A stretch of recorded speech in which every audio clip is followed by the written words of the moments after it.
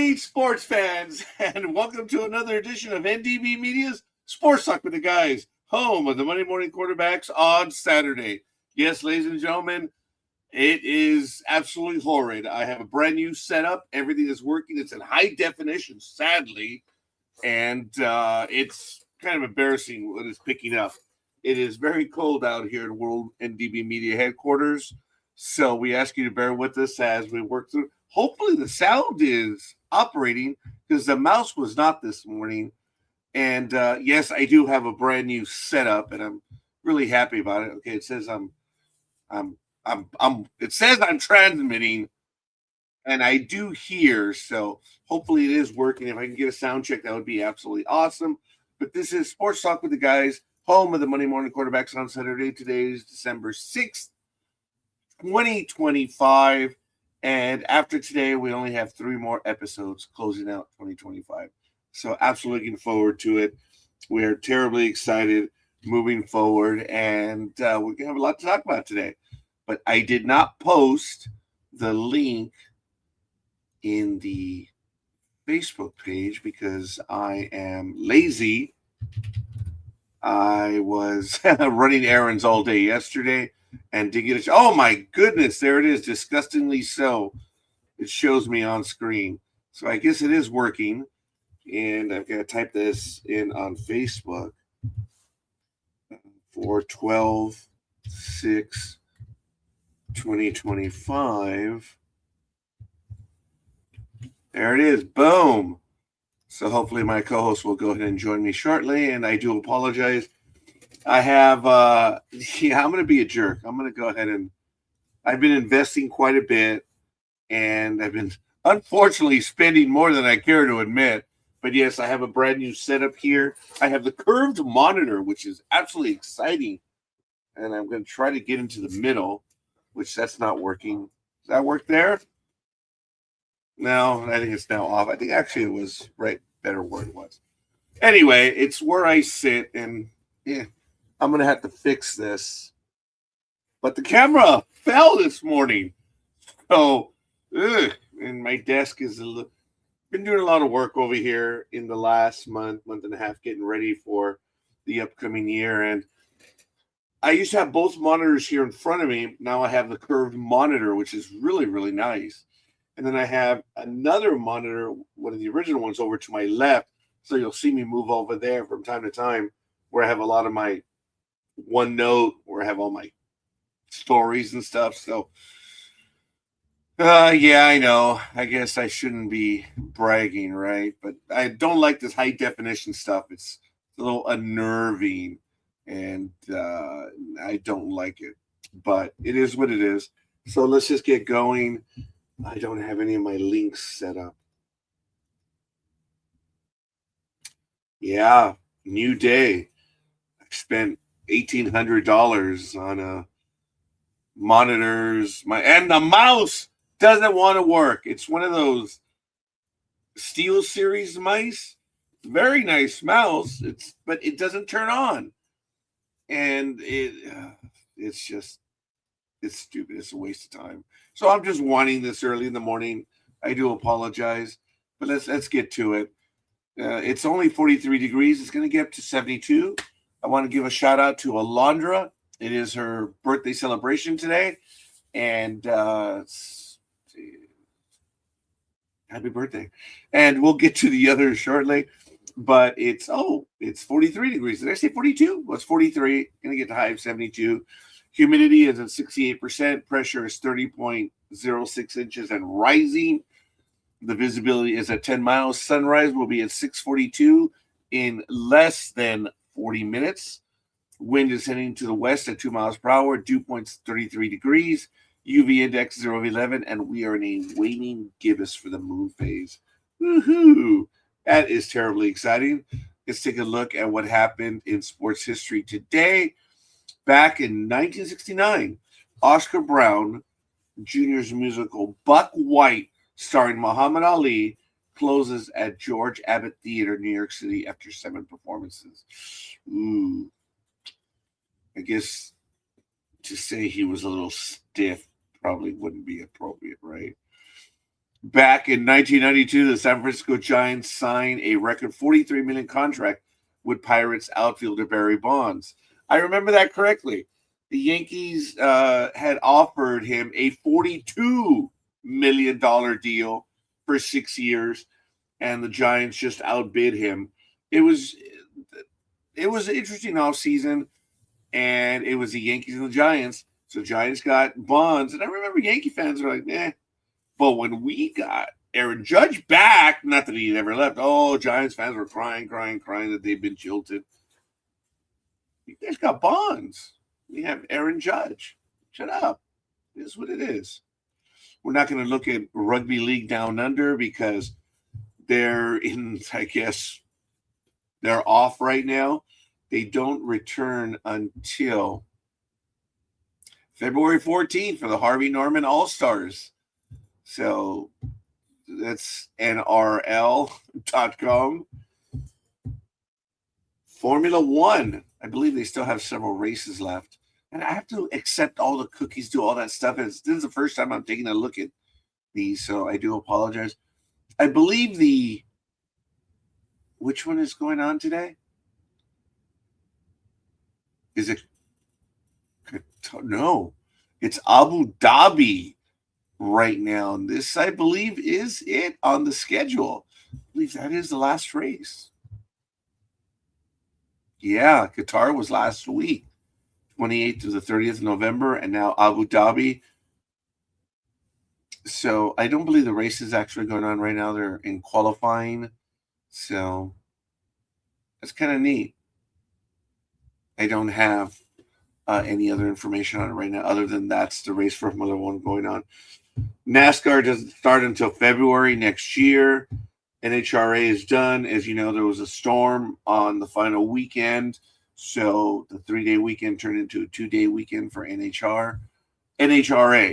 They return March 5th through the 8th in Gainesville, Phoenix, March 20th through the 22nd, and Pomona, April 9th through the 12th. So that's already looking ahead for NHRA. IndyCar, 84 days, March 7th, Phoenix. It's going to be on Fox. So quite a bit of stuff going on right now. Of course, Major League Baseball is going to open up on the last Thursday of March. And I don't have my day timer. I'm so addicted to my day timer. Well, not addicted. I need it. Otherwise, I forget stuff. I already explained that to you guys. If I don't write it down, it didn't happen. I was rather embarrassed. I almost missed something yesterday as I was running around doing errands. But I didn't. Today at 2 o'clock, there's a birthday party. I'm going to be heading to that one. So that should be cool. But right now, I'm going to go ahead and get to, for everyone watching us, you want to give us a shout out, let us know who you are and where you hail from. We'll give you some play on air. And I have some news that we're going to be going over this morning. I'm going to start off with basketball because there was this is what I mean when I'm talking about single child syndrome. And it's really embarrassing because the vitriol that's directed to people over an accomplishment. Look, you guys know I'm no fan of LeBron James, and you may know what I'm talking about. And here's the article. And they were talking about LeBron James is accused of stat padding to keep streak alive in Lakers' loss. I really don't understand the issue because sports and statistics are, it's like 6 and 9, and they go together. But as far as the article goes that I posted on MSN, Lakers star LeBron James' 18-year streak of double-digit games ended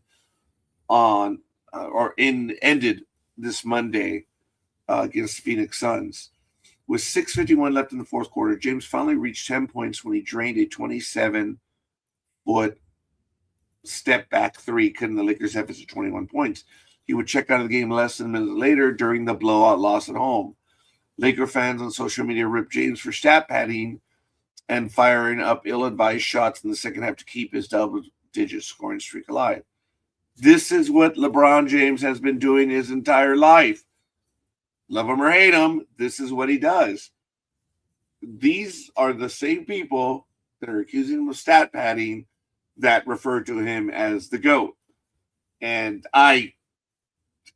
thank goodness basketball is not my sport, and I will leave it to the experts to go ahead and determine who the greatest of all time is. But it's just really disappointing that when he's having a bad game, you refer to that as stat padding. He's done this for 18 years. He's had other games where he has shot and missed quite a bit, and you kids weren't crying stat padding. Now you are, because he's older. I just really don't understand why that is. So when he scores, you're unhappy, but you're saying that he was taking ill-advised shots. But throughout his career, he's had games where he took many ill-advised shots.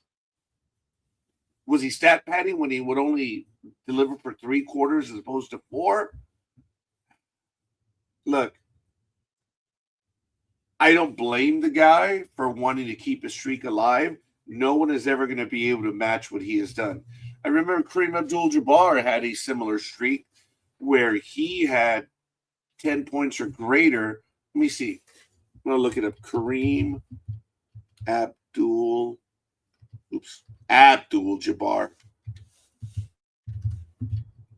10-point.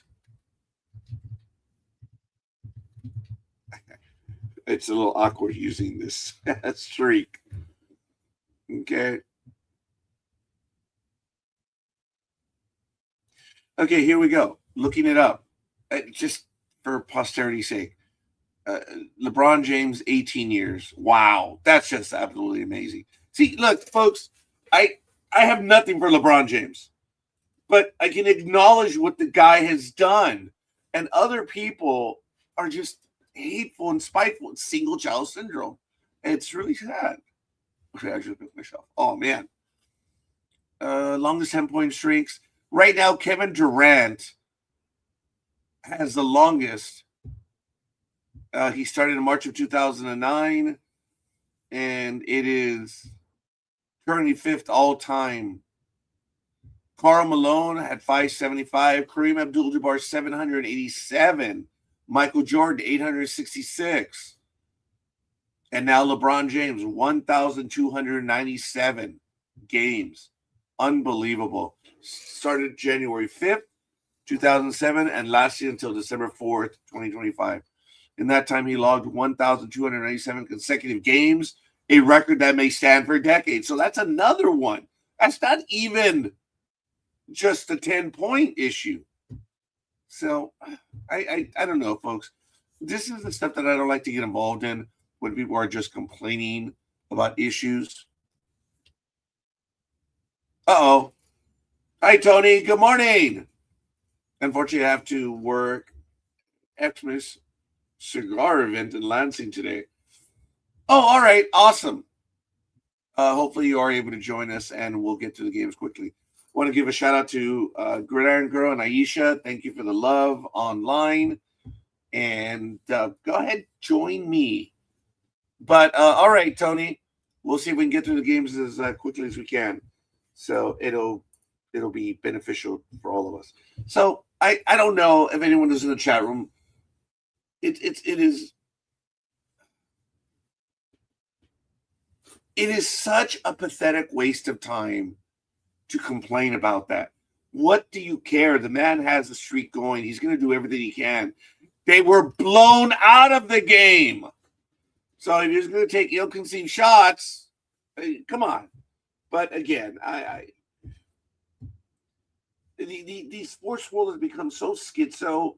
And yes, I'm sure I'm going to be here. Look, I can say whatever I want to say. All right. I know how it affects me and my family. So, damn, I'm going to have to fix this office. I don't like it. I do not like it one bit. I do not like how it's misaligned. Ugh, and I certainly don't. Ooh, the camera was moving quite a bit. Interesting.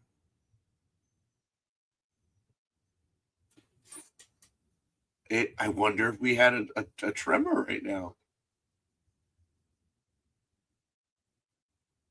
Okay, no, it's not. But anyway, I believe in USA Today World Cup news. I'm going to see if I can get that one to open. So again, I'm really unhappy.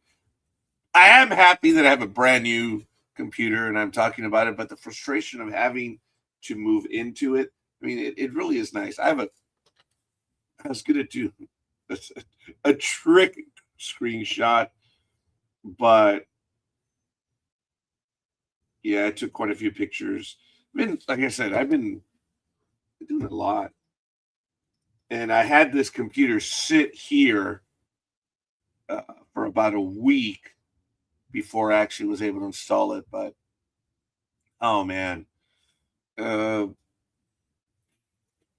I officially incorporate. I've talked about it for a year on January 1st. So the entity that I have will be, yeah, it will be incorporated. I know this is off topic. I'm sorry, but you guys all know everything that's going on in my life. But that is going to be happening. So that's why I updated this computer. All the other computers have been updated. They're all Windows 11 compliant. We have no wireless out here for obvious reasons. If you're in the industry, you know why.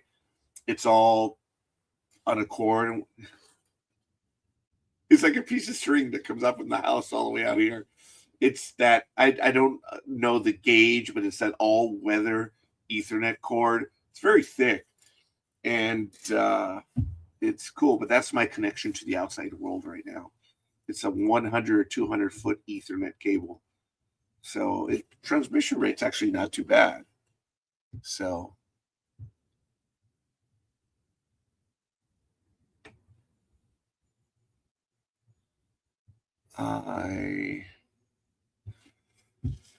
yeah. So anyway, I've had to do that stuff. My political activity is not going to start till officially in 2026, where I'm going to be opening up a 501c3. There are things I want to do, things I want to accomplish, and I'm going to be getting around to doing that. So, throw my weight around, which is quite extensive right now. Actually, I'm really happy. Over the last week, I lost 2 pounds, and I was just remember I told you guys I freaked out. I got up to 250, and I was like, all right, that's my number, and it's paranoia. So I'm down to 2 meals a day. I don't have my King Taco burrito this morning because I only had one. I usually order 3. Yes, I ordered 3 King Taco burritos. For a while, I was having both of them the same evening, but then I would have one either Saturday morning or Sunday morning. But now I only ordered one, and that's it. So I am doing everything I can to change that. All right. So I believe we have the World Cup. The United States men's national team drew a favorable World Cup group that includes Paraguay and Australia. Oh, man. Lucky Ducks. That is funny. So the World Cup draw has happened, and it was probably the cringiest ever. This will be the greatest FIFA World Cup ever, said FIFA President Gianni Infantino. No stranger to hyperbole, must know me. The greatest event humanity will ever see. Well, whatever. It will put in terms that the American audience will understand. The World Cup is like 104 Super Bowls in 1 month. Well, it is, yeah, it draws a bigger audience. The entire World Cup draws a much larger audience as a whole than the Super Bowl does in one game, but it's quite a few more games. So this next summer's 48-team tournament, so it's been increased from 32 to 48. And of course, as I mentioned, the United States got a favorable draw with matchups against Paraguay and Australia. avoiding group stage matchup with the world's top teams. Fellow 2026 co-hosts Mexico and Canada were also able to let out sigh of relief on Friday. Neither country, unfortunately enough to end up grouped with a top-tier opponent.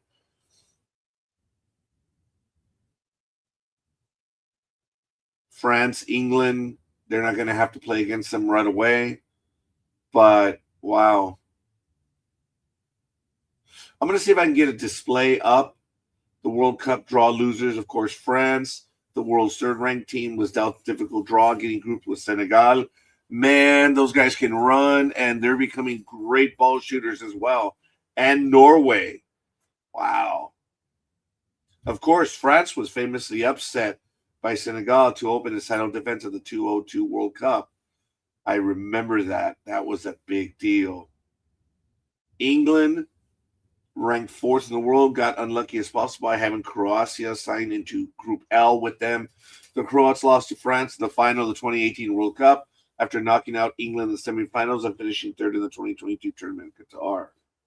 And it's Qatar. Speak English, people. It's Qatar. While I stutter, I'm still able to speak English. This is interesting. I did not get a chance to see the draw. I knew the draw was yesterday, but I didn't get to see the results. So hopefully I will be able to get some of that a little bit later. So we shall see.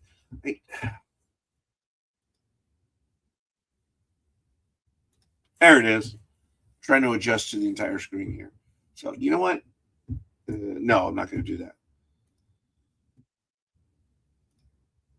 Well, all right. Speaking of LeBron's attempt at, or not attempt, but actual, his double-digit scoring streak tops the list of most unbreakable records. Yeah.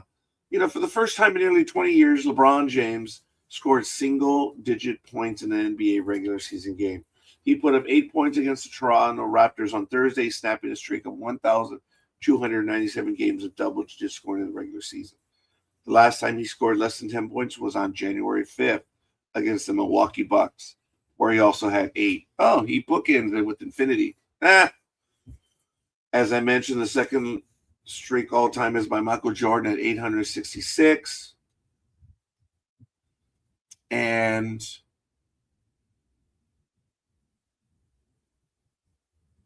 Kevin Durant right now is the longest active streak with 267 games. So, what are the unbreakable records? Some of them. Stephen Curry, 4,000 plus career three-pointers, and he is active. That is unreal. He is the first player in NBA history to make 4,000 career three-pointers, and he hit the mark against the Sacramento Kings at Chase Center, further cementing status as one of the greatest shooters of all time. Curry's been in a league of his own from deep since he became the all-time leader in threes on December 14, 2021, eclipsing another phenomenal shooter, Ray Allen, at 2,974. Was there stat padding there? LA Clippers guard James Harden is the closest active player with 3,160 and counting, and Allen sits third on the list. So you have two players at 3,000. Wow. LeBron James, 50,000 plus combined points. He, of course, became the first player in NBA history to total 50,000 points in the regular season and postseason on March 4th. By comparison, Kevin Durant, the next highest active player, is over 10,000 behind James' mark. Durant is only 4 years younger than James, giving him a nearly impossible mountain to climb to make up that deficit. Alex Ovechkin in hockey, with his record-breaking 895th tally during the 2024-2025 season, he stood atop the NHL career goals list. He's over 900 now and counting. The nearest player is Sidney Crosby, who sits at just 700 at age 38. Wow. Emmitt Smith in football, 18,355 rushing yards. Wow. The active leader in the NFL is Derrick Henry with 12,354. Smith, of course, broke Chicago Bears legend Walter Payton's all-time rushing record of 16,726 yards in 2002, which was crazy in and of itself. Of course, Smith isn't quite finished. At the time, he played for 2.5 more seasons, winding up with 18,355. I doubt that one will be broken. The man rushed for 1,000-yard season like clockwork. It was basically forever. But the NFL also changed quite a bit since then. Offenses don't focus on running backs like they used to, and playing as long as Smith did as a ball carrier. Yeah, it was unreal. Jerry Rice, 22,895 receiving yards. That's absolutely unreal. The active leader is DeAndre Hopkins at 13,222. As you know, Rice had an incredible 14 seasons with 1,000 or more receiving yards, including 3 with 1,500 or more. Of course, his durability. He only played fewer than 14 games 2 out of his 21 years. Rice also had the good fortune of going from one Hall of Fame quarterback, Joe Montana, to another, Steve Young. But let's be real, Rice was more or less uncoverable for 2 straight decades, all on his own. It also explains why no one is ever going to catch his receiving touchdown record. He has 197. The next highest receiver, Randy Moss, has 41 fewer. That's crazy. Wayne Gretzky, come on, the great one.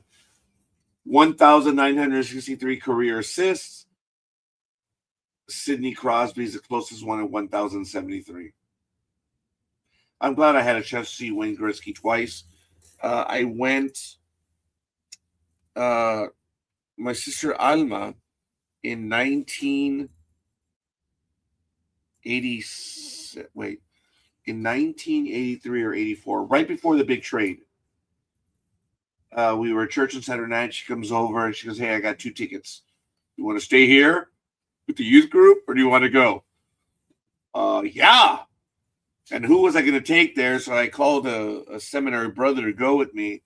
And I remember the time she was given the ticket. She gave them to me. She drove us over there. She said, when the game's done, call me and I'll pick you up. And she did.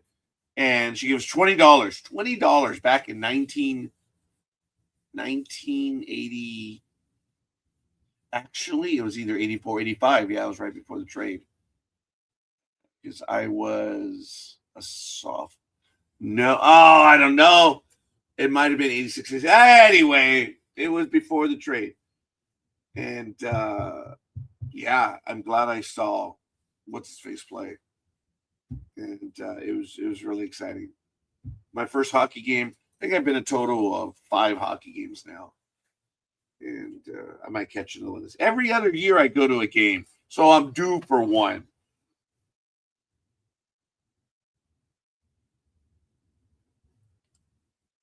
Cy Young, 749 complete games. That's in Major League Baseball.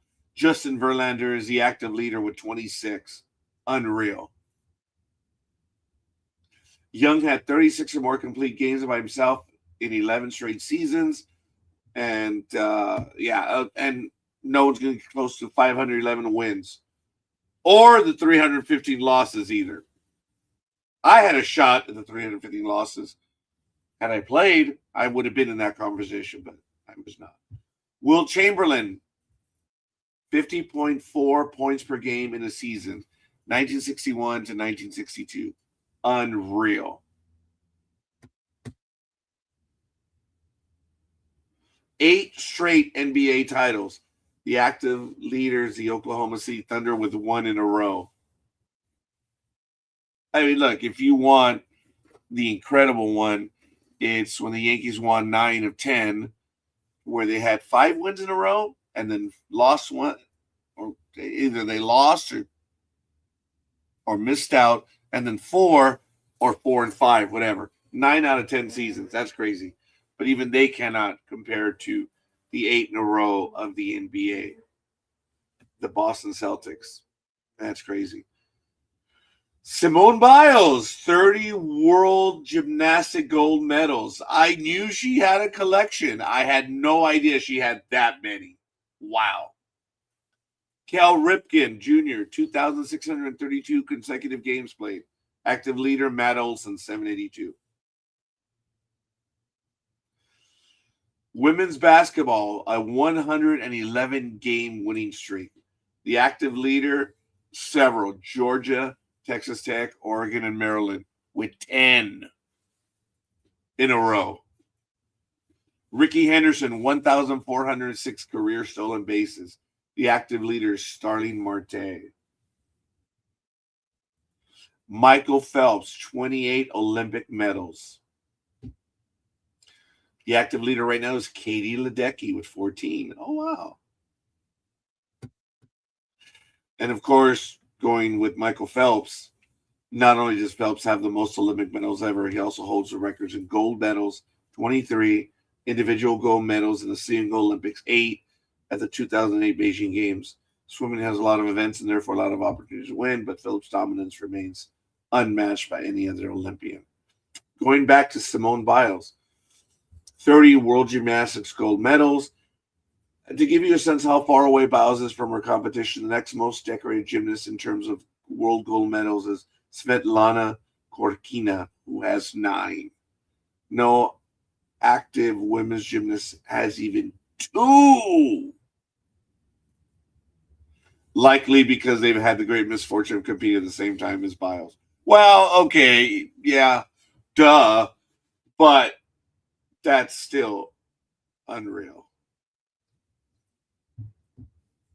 Some of those numbers are absolutely staggering. And seeing the names on there, it's just absolutely amazing. So,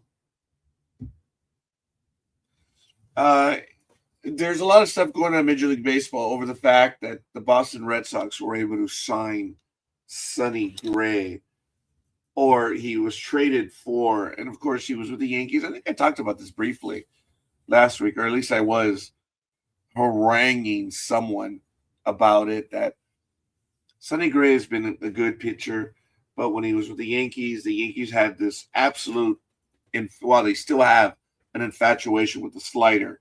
I really don't understand, but the Yankees are, in fact, their pitching is built on sliders. That's what they do. And Sonny Gray, trying to work within the Yankee system, his numbers speak for themselves. They were not quite good at all. So, there were issues. And now that he is with Boston, apparently Mr. Sonny Gray he sent another message to Brian Cashman. Now, Yankee fans hardly blinked when the Red Sox traded for Sonny Gray. And if this was their number 2 starter, Craig Breeslow promised, hey, good luck. Gray is 36 and he's nothing to fear. Of course, we know firsthand, as Brian Cashman traded for the right-hander back in 2017, and we were really excited. His numbers were good. Gray was awful as a Yankee who eventually got delegated to the bullpen, and he was traded to the Cincinnati Reds prior to the 2019 season. Yeah, they use the WAR numbers here, and it's like, there it is. The Yankees have nothing to be concerned about now that he's in the American League East. Gray owns a 4.15 ERA and a 1.41 WHIP in 8 career starts against New York. He's also had, doesn't do well against the Rays and Orioles. But his 2.91 ERA versus the Blue Jays is nice. But then again, his 1.41 WHIP. So, this article says there's indicating some luck. You get a lot of guys on base, and then you get out of it. It's the way it is. His 2.91 ERA still is effective. But for the Red Sox and Gray to be trash talking, Merry Christmas, good for you. Team Healy on X said regarding his poor experience in New York with the Yankees, Sonny Gray said he never wanted to go in the first place. Yeah, that was obvious. So good for you. And he didn't perform no matter what. So he was paid his money, and that was it. So the whole thing of this is Boston, Sonny Gray, they're all on the Twitter, and no one really cares, at least in New York. We're like, hey, that's your number two? That's your number two ace? Or number two pitcher? The entire American League East lights him up like a Christmas tree in December. Oh, speaking of Christmas tree in December, I've been going a little crazy. I talked about visiting the secondhand stores, and it's kind of cool because I've been a little dumb lately. I've been spending on, oh, they haven't updated yet.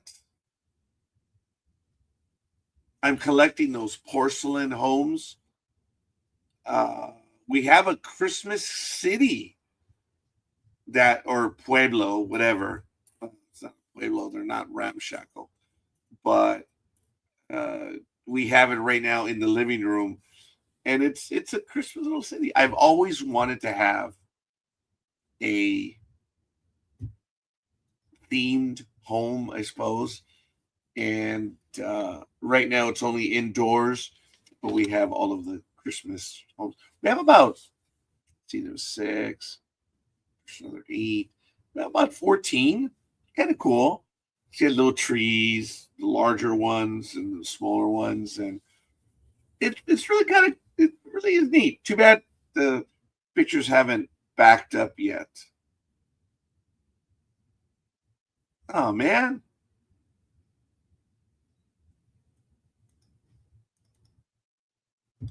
Oh, okay. We were doing work. All right, I'm gonna see if I can get the second screen thing to work. All frustrated because everything is all over the place. But thank you for bearing with me. Share screen. Oh, it's going to be annoying. Screen number 2. There it is. You see that little house right there? That's one of them. We were doing work. Look, we have the D-wall connection for the tree. That's the bottom of the tree. That's the 6.5-foot tree I told you that we have. That's just one of them. And we have about 14 now, but too bad they don't update. But anyway, always wanted to have one. I'm not going to do the train set. Oh, look, here's a monitor that I'm staring at. There it is. There's a curved monitor. So there's the computer. Yeah, you can see it. See it right there? It's a gaming computer, guys.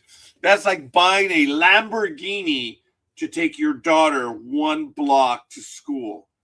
There is so much freaking power in that monster. It's like, it's crazy. And oh, yeah, there it is. That's a gaming computer, man.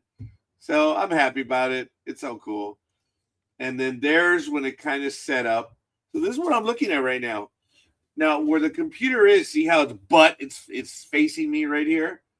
That's now been moved 90 degrees to the left. To the left. And now I have another monitor right here, which is the one I'm actually looking at where this picture is. Spatial orientation, sorry. So that's it right there. And yeah, we'll see. Ugh. But it cost enough, man. Boy, did it. Did I do a video? Oh my goodness, I think I did. So I'm going to bore the heck out of you guys with this video. Let's set it up again. Yeah, I didn't set up the sound. Okay, this screen number 2. There it is. Check it out. I just sent Jima on a super secret mission. Turns out that one of my starships is caught in a rift back there behind this filing cabinet, it's a rollaway. It's where the computer was. I just had to hide this thing. Big Dog had it for me for like 10 years.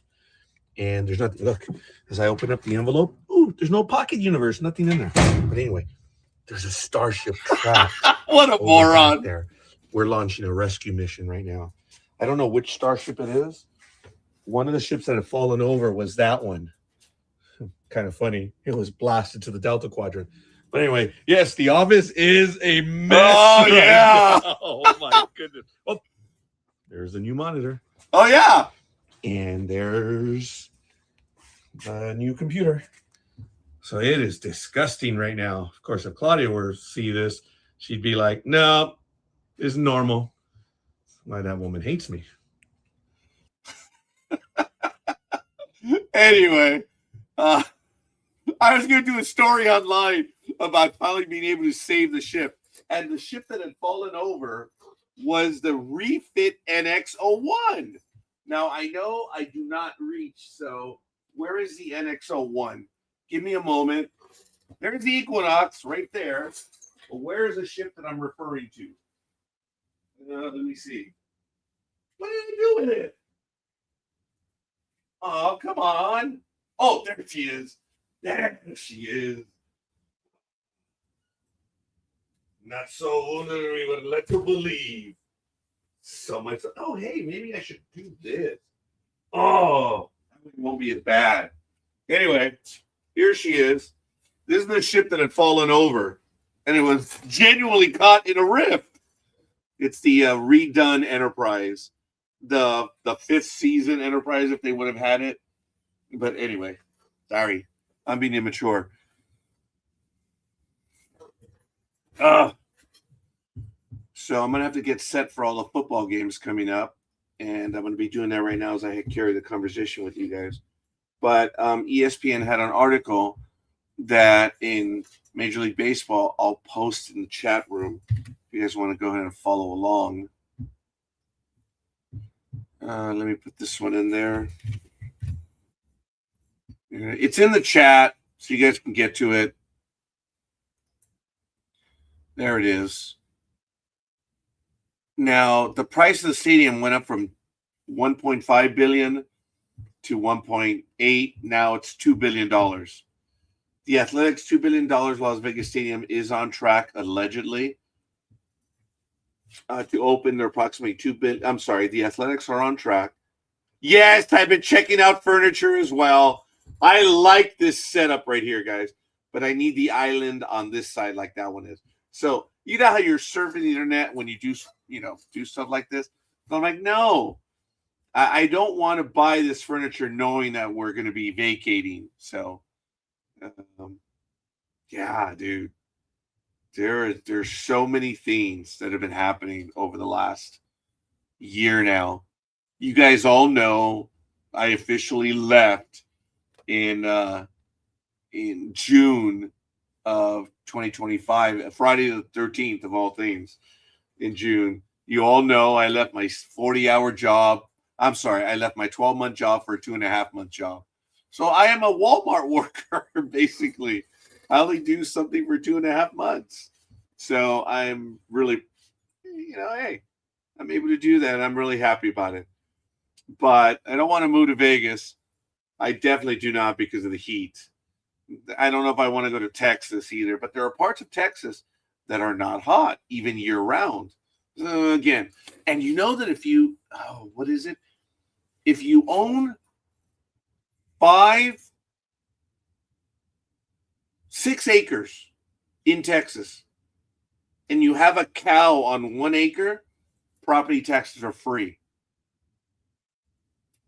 Now, I don't know what the definition of a cow is. I may have the property taxes free already. I don't know. But if it's an animal, even again, I would like to know what the definition of a cow is. But anyway, if you have, I believe that's the ratio. You have to have, if it's 5, you have to have 1, or 6 acres, you have to have 1. Property taxes are free. You don't have to pay for anything. Wow. Could you imagine that? Imagine that. Then you can have any type of home you want. And homes in Texas are actually immense. A lot of them are built out of brick. I'm not into that brick stuff because of earthquakes. But anyway, the Athletics are on track to open their approximately $2 billion Las Vegas stadium on time, officials have said at the Las Vegas Stadium Authority meeting. The A's, who are scheduled to move to Las Vegas before the 2028 season, met their year-end goals of beginning the concrete phase, having cranes in place, and putting in the first buttress and concrete column. A's president Mark Bedane also was instrumental in getting Allegiant Stadium built in time for the 2024 NFL season, when he had the same title with the Raiders. Mortensen McCarthy built Allegiant and is the contractor for the A's new venue. So they apparently feel great about it. And the ceremonial groundbreaking of the 33,000 person capacity dome stadium located on the Vegas Strip occurred on June 23rd. Oh, 10 days after. The A's Ballpark Experience Center opened Tuesday in Las Vegas to give fans a chance to view the stadium in detail and take part in their immersive experiences. Oh, you see what I told you? The price tag has gone up considerably twice, rising from $1.5 billion to the $1.75 billion to the current estimate. As A's vice chairman said, he indicated he didn't expect the cost to increase much more. Oh, it's going to go up. You hadn't even started. You hadn't even begun, and it moved. And now that you are, prices of everything are going up. So good luck with that. It's going to cost more. It is Las Vegas. The building Las Vegas is incredibly competent. So I'm not, as far as the industry over there, they're going to deliver goods on time and on budget. It's just leadership, management. But they're on schedule to make it, so good for them. Hopefully they will be able to do so. The USS Mary Celeste, Captain Dunsel in command, now in the Twilight Zone. It's been like for 18 years now, but thank you for clarifying that, Aisha, and good morning to you as well. So, I don't know. We'll see. In some college news, which I will also put that article up, we have a flip. This is a little bit on the surprising side. Oh, it moved StreamYard. I didn't like it. No. I wanted just to move this one tab. I don't like having to move these tabs. I do not for one bit.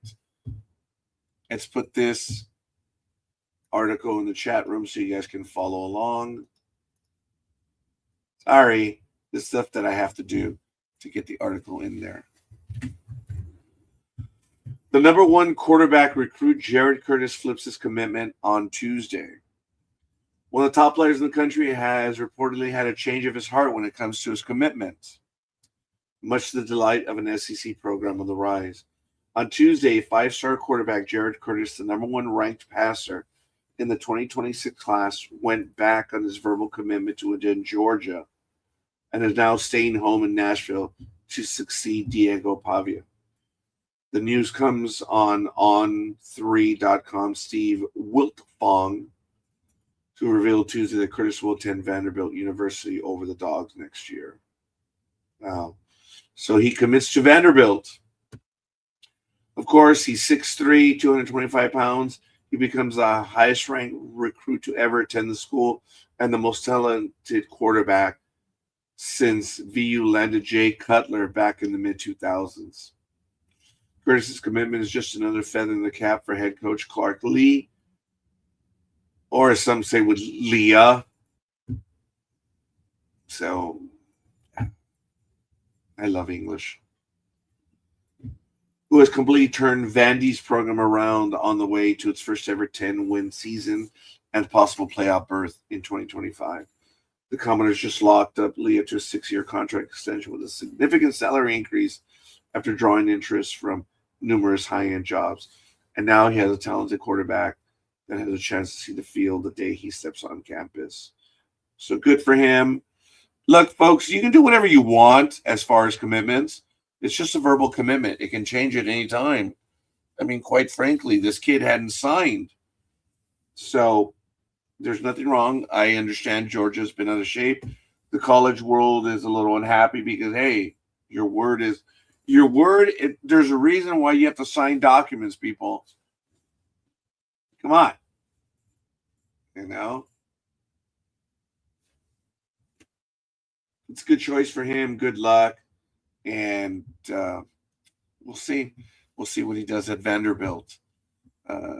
It's not often that a player changes his view, but I mean, it does happen from time to time.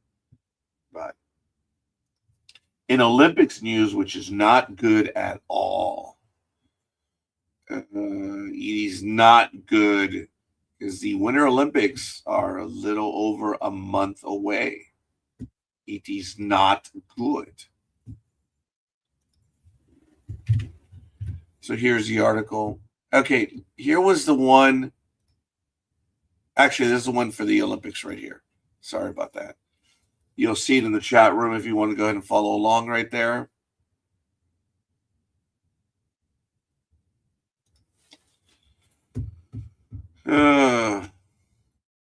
There's chaos in the world. Olympics are at risk of chaos as organizers admit there is no plan B for an arena amid construction delay. This is really bad. There's no backup stadium if the main ice hockey arena for the Milan Cortina Winter Games is not ready on time. Construction on the arena that is set to welcome NHL players back to the Olympics for the first time in more than a decade is behind schedule, and its completion is going right down to the wire. Now, if this were in Greece, this wouldn't be news because they opened a lot of stuff opened the day of the Olympics. That was crazy. A test event at the Santa Giulua Ice Hockey Arena, the new 16,000-seat venue on the outskirts of Milan, had to be moved. And new test events aren't scheduled until January 9th through the 11th. Wow. That's crazy. Men's Olympic hockey tournament is scheduled from February 11th to the 22nd, and the women's tournament runs from February 5th through the 19th. Wow. That's serious. Everyone's booked. Everyone's got their flights, hotels. Yeah, that is bad. If this were a Summer Olympics, LA would be like, we're ready. We're ready to go. And we always are. We only had to build 2 new facilities this year. And I am already irate because the last Olympics that turned money was the 1984 Olympics.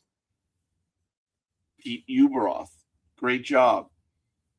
LA City is still receiving money in its youth programs because of the Olympics, because of the fund that was created by Mr. Uberoth. He was a marketing phenom, and LA City turned a profit. And this year, they're already talking about how LA is going to be billions in debt. Wait a minute. Hold on a minute. Why? Why is California and LA going to be on the hook? I mean, why are they beginning to implant this already into our minds? The Olympics, if they go as is, there's going to be money that's going to be made. So much money is going to be dropped into the economy that's going to be absolutely awesome for California in 2020 and Los Angeles in particular. If LA is not able to turn a profit, what's the point of holding any games at all? Seriously. What do we have to build? If I'm not mistaken, we actually had to build 1. And I believe SoFi is going to be used as a pool for several events. They're going to build a temporary stuff inside SoFi. If LA cannot turn a profit, the future of the Olympics, every city will lose money because they are money losers. I believe the Sochi Summer Games in Russia, they lost $33 billion, or it was close to 40. I mean, it was or rubles. Might not have been dollars. It was rubles, but still an inordinate amount of money. And it's because there was no infrastructure. There was nothing. Russia built everything to get to the games, and they built everything at the games. That's why it happened there. The United Kingdom in 2012, it was a money loser, but several of the facilities that were built were transformed in the community for other uses, some athletic, some for housing. And there was a report that I read on it not too long ago that even though the games themselves might have been money losers, what England gained, I can't think of the word right now, but buildings and infrastructure, it was a win for them. So even though it might have been a loss, which again, it's amazing to me, but you have to factor in everything that they build for it, everything they put in for it. So the UK games were actually quite good, and a lot of the facilities are still being used. The Rio games for the World Cup, you guys know what happened down there, and a lot of the facilities are just standing, rotting, and it's really sad. I believe the same thing for the 2010 World Cup down in South Africa. A lot of the stadiums are just sitting there rotting. That's really a shame that they weren't able to continue using them, because the World Cup should be a money winner. But, all right. I am going to be setting up the games right now, as I mentioned. Now I got to change that screen. Turn that one down. Now, I'm going to have to figure out how I'm going to...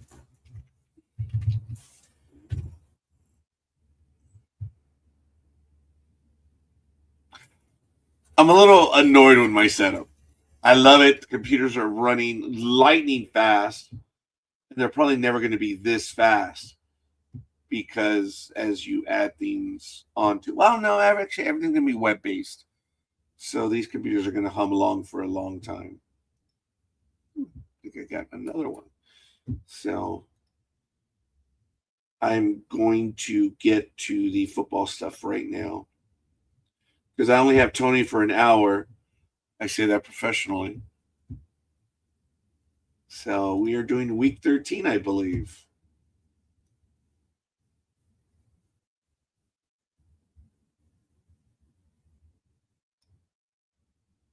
Oh, no. We are doing week 14. I'm sorry. We're doing week 14. Oops. I have to find week 14. There it is. Man, I have to pin those posts.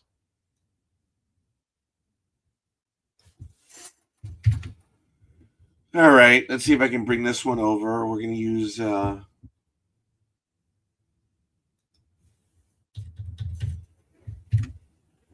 I use OneNote, and I'm back to the desktop version, which I really like. Oh, yeah. Oh, yeah, baby. Okay, here we go. What is in... I don't understand where it gets all this different... Oh, nothing is set. Boops. I'm an Arial 12 point. My department years ago used to... The standard was Courier New 9. If I'm not mistaken. And then they switched to Arial 12. That was the standard font that the department would use. And I believe that was countywide. Oh, yeah, man. This is crazy. Woo. But if Gridiron Girl is going to join us, I do this for her. So it is now 7 a.m. on the Pacific Coast, and you can see what I'm doing on screen. That way you're just not staring at this old man right here doing nothing. So we're going to be doing week 14. Hopefully that's big enough for you, Gridiron Girl. Teams on the bye: the Panthers, Patriots, Giants, and 49ers. Thursday, December 4th game is here. That one passed. Now Sunday. Actually, I should have a space in between that. Keeps it clean. I know the big dog's not here yet. Hopefully he will join. If he's not, oh well. But hey, look, again, I don't understand the point of leaving a comma after everything. There's so many wasted commas. I grew up trying to save keystrokes. But someone likes to just stroke and stroke and stroke. So it's okay. How many faults does a big dog have? Absolutely few. But I love railing on it. And just like he loves trying to get under my skin, you know, I try to get under it. I just make it happen. Well, good morning, Miss. I'm going to show up when it's convenient to me. If you wish, I will depart the scene. I don't care. Don't get all happy with me. I've been busy. Newly retired. What is the going on? Exactly. Retired just over 12 hours ago. So it's like, do I give a cahoodlums? Yeah, you do. No, I don't. Yeah, you do. Don't give a munchies cahoodlums. Not no more. I am no longer a corporate slave. My chains have been unbound, so just be careful. Oh, ooh, this interesting repartee early in the morning. Yeah, I let go of the corporate requirement, and now I'm creating my own corporate universe, which is terribly amusing to me. Answer me the question. Yes. Where is everybody? It's like we've deserted the sinking ship. Oh, this is a sinking ship?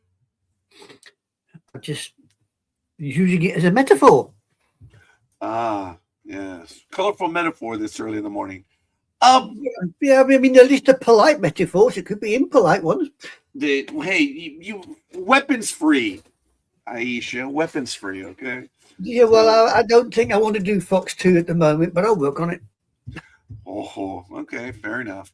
So, I mean, at the moment it is me and thee and whoever's watching. So well, we actually have quite a few souls watching us right now. So, I ask you to bear with me, folks. As I'm like I said, I have a brand new toy, and I'm learning how to play with the toys. So, yeah, I did notice. I got to kill that one. Oh, hello. Good morning, Gridiron Girl. Good morning, Good morning, Honorary Girl. Good morning, Scorekeeper. Okay, how we diddling? We're diddling. That's cool. That's cool. Looks like it's me, thee, and Grumpy upstairs there, but never mind. Ho.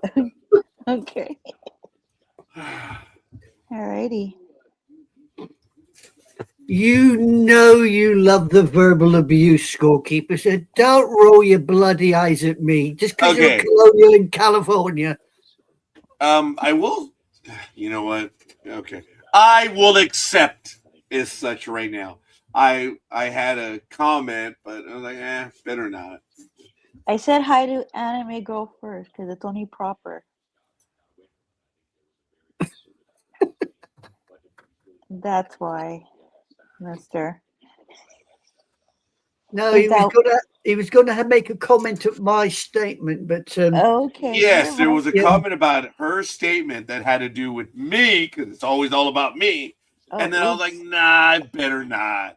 And then I jumped in. No, hey, look. Hello, we got somebody else. Oh my God! Oh my Lord!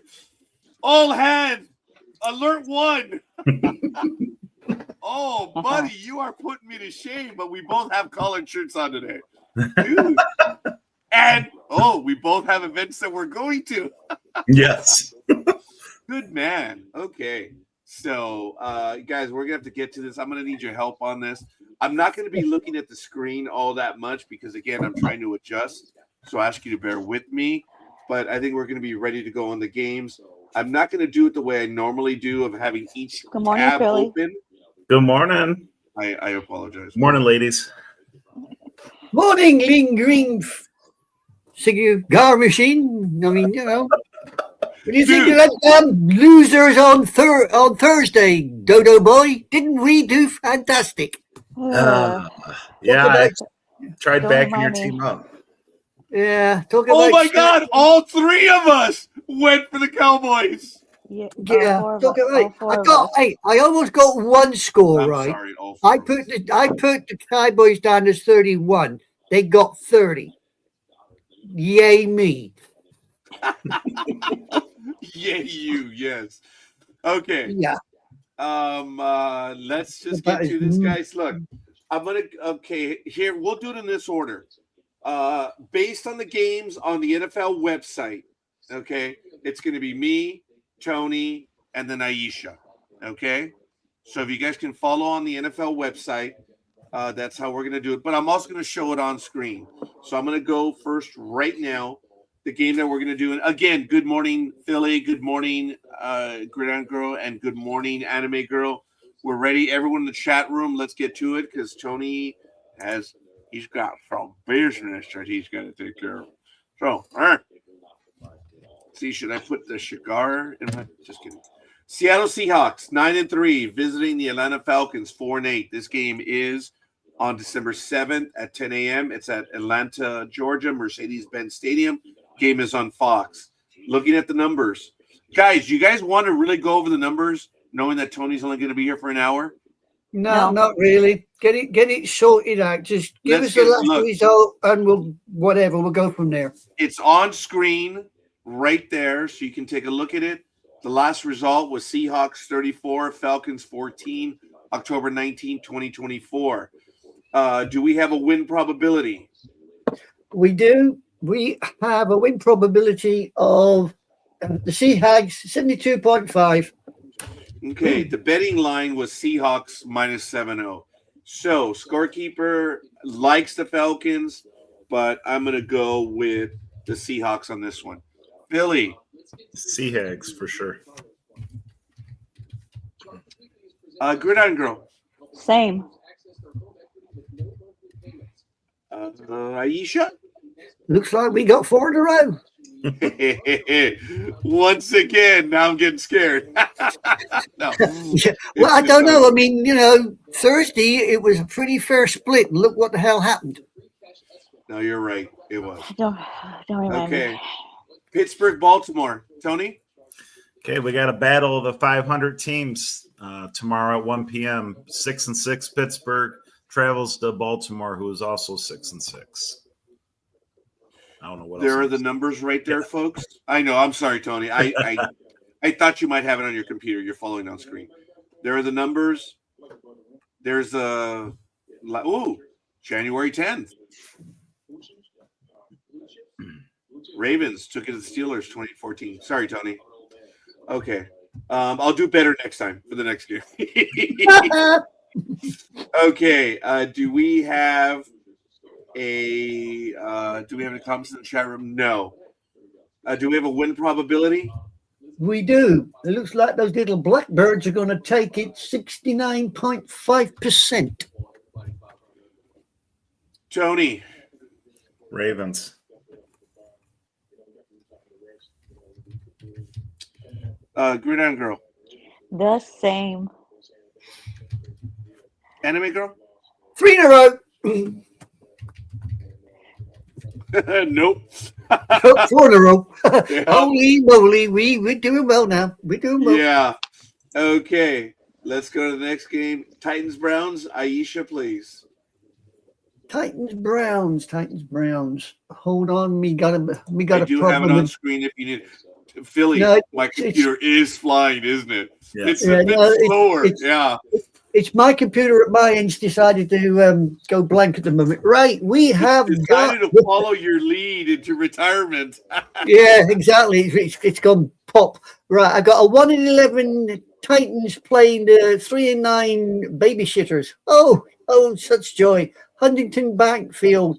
Last time these two got together, it was the babysitters over the Titans, 27-3. Whoopie-doo for them. Back on September 23, 2023. Taking a look at the numbers right there, folks. You see them for a moment. And then the Browns are minus 4.5 the betting line. What's the win probability? They've got them at 65% dead. Ooh. Okay. Ooh. Yeah. It's 3-9 versus 1-11. All right, Anime Girl, what's it going to be? I hate to agree with Big Dog, but I'll go with the babysitters this time. Scorekeeper will do the same. Philly? Yeah, I will too, but I could definitely see an upset here. Yeah, this is a dangerous one. Gridiron Girl? Babysitters. That was almost like, dude, don't be stupid. Yeah. That tone, it felt like it. It was a case of the dumbest question in history, and you got to ask me that Come question. on, scorekeeper, don't be stupid. Wakey, wakey, whose side Yeah. are you on? Oh, the exact opposite now. 667 winning percentage. Colts versus Jaguars, who are at home on December 7th, 10 a.m. Jacksonville, Florida at Everbank Stadium. It's on CBS. You see the numbers right there? These are two good teams, folks. Last time they played, January 4th, 2025, the Colts edged the Jaguars 26-23. What do we have for I must have missed a game, then I apologize. No, I jumped ahead. Oh yeah. Yeah, you've missed the Bears Packers, but don't worry about it. I'm sure the Dodo boy can work around that because he's a professional, you see. Well, I'm going by the NFL website, so some of the games were probably moved around. So Yeah. Colts 1.5. What do you have for a win probability? 54% for the Colts. Wow. Okay, so on this one, man, I'm going by home team, home cooking. That's it. That's really it. That's how I'm going by. Philly? Yeah, I think with Daniel Jones still playing with that broken, I think it's a tibia or fibula, whatever in his bone in his leg, he can't run. So I'll go with the Jags. Gridiron Girl? Let's make it 3. Anime Girl? Oh my goodness. To quote Gig, really? Oh my goodness. This is funny. I don't think this has ever happened where all four of us are on the same. I mean, it may have. It's not something I keep track of. But wow. Okay. That is cool. Let me see if I jumped over. No, I didn't. No, you didn't. I think the game's just a little bit later. It's over here. Oh, they may have changed the time because on the original one, it was at 10 a.m. Okay. Washington, Minnesota, Philly. Okay. Let's see. All right, 1 p.m. We got the 3-9 Washington Commodes traveling to the Minnesota Vikings, who are 4-8. And the last time these two teams tangoed was November 5th, 2022. The Vikings won in Washington, 20-17. Whew. Okay. Command. Oh, there it is. The commodes. I was looking for commodes, dude. Yeah, little white things you sit on. No, but you know how we have different names for them. I'm listening. Yeah. So that was good. The commodes are -2.5 on the betting line. Do we have a win probability? Yeah, looks like those little commodes are going to be B-days at 52.8%. Wow. Even though the Vikings are at home. Okay, Philly. Another tough one. I'll go with the Commodes, though. Ooh. Okay. I think we may have a family split at this point. Gridiron Girl. Commodes. Oh, Yes. damn it. Oh, damn it. Yes. Anime Girl. I kind of like a good B-day every so often, so yeah, I'll go with the commodes as well. Oh, come on. Yeah, that's right. Am I going to be the only right. fool? Oh, I was Make your gonna go for speedy pick. Go on. No. Pick them, yo. I'm gonna Yeah. go. This is cool, guys. We are all standing on the bridge together. Uh-huh. Yeah, we are. Oh my! You just bottled it, scorekeeper. You bottled it. This is funny. Oh, my family. So, The commodes have lost 7 straight games. Oh yeah, that's cool. yeah. That tells you everything you need to know about our picks. Oh damn. Mayama, Jets, Gridiron Girl. No, What? not good, What? nothing, girl.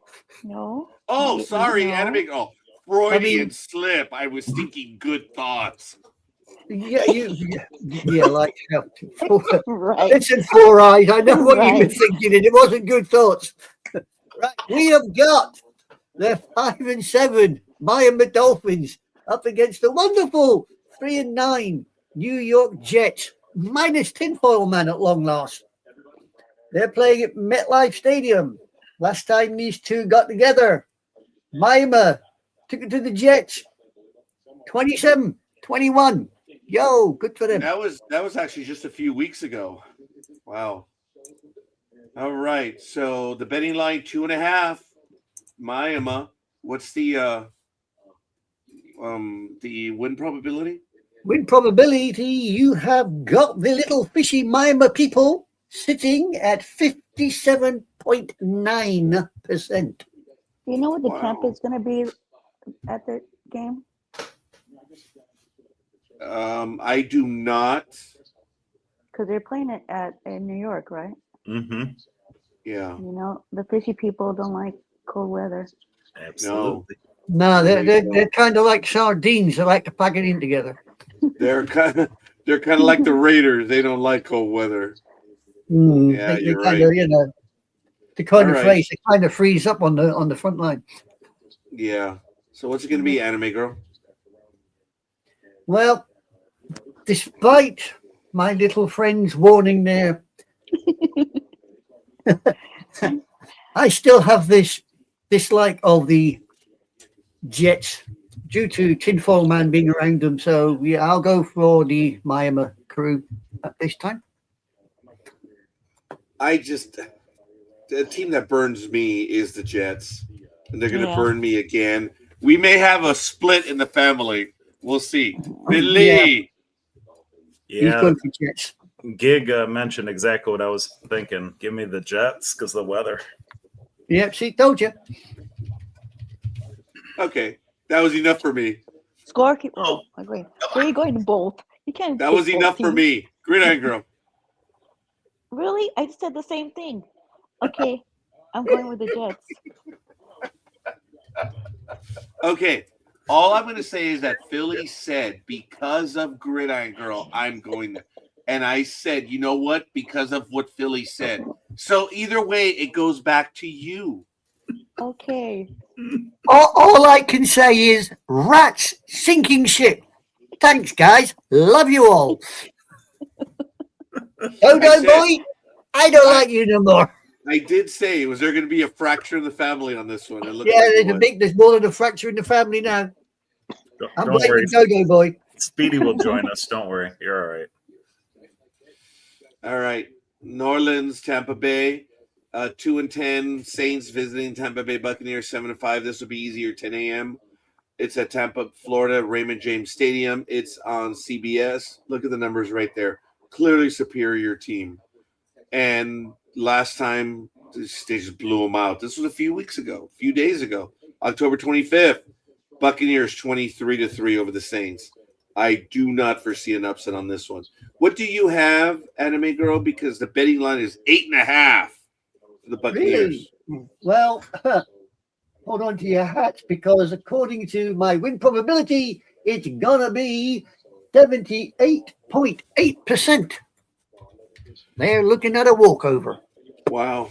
All right. Well, thank you. Scorekeeper is going with the Buccaneers. He likes that team. Philly? Bucks. Gridiron Girl. Ditto. Anime Girl. Ditto. You see, it goes back to you either way, Gridiron Girl. A ditto to a ditto. It's always you, girl. Aw. See, Gig leads from the front. That's what it is. I don't know about that. Okay, Cincinnati and Buffalo. Again, it's out of order. I think the NFL was just playing with the times. That's why. So when we copy these original, it's based on start time. So they move some of the games around. Would you go ahead, Tony? Cincinnati, Buffalo. All right. Okay. 1 p.m. Eastern tomorrow. We got the 4-8 Cincinnati Bagels traveling to the Hairy Cows, who are 8-4.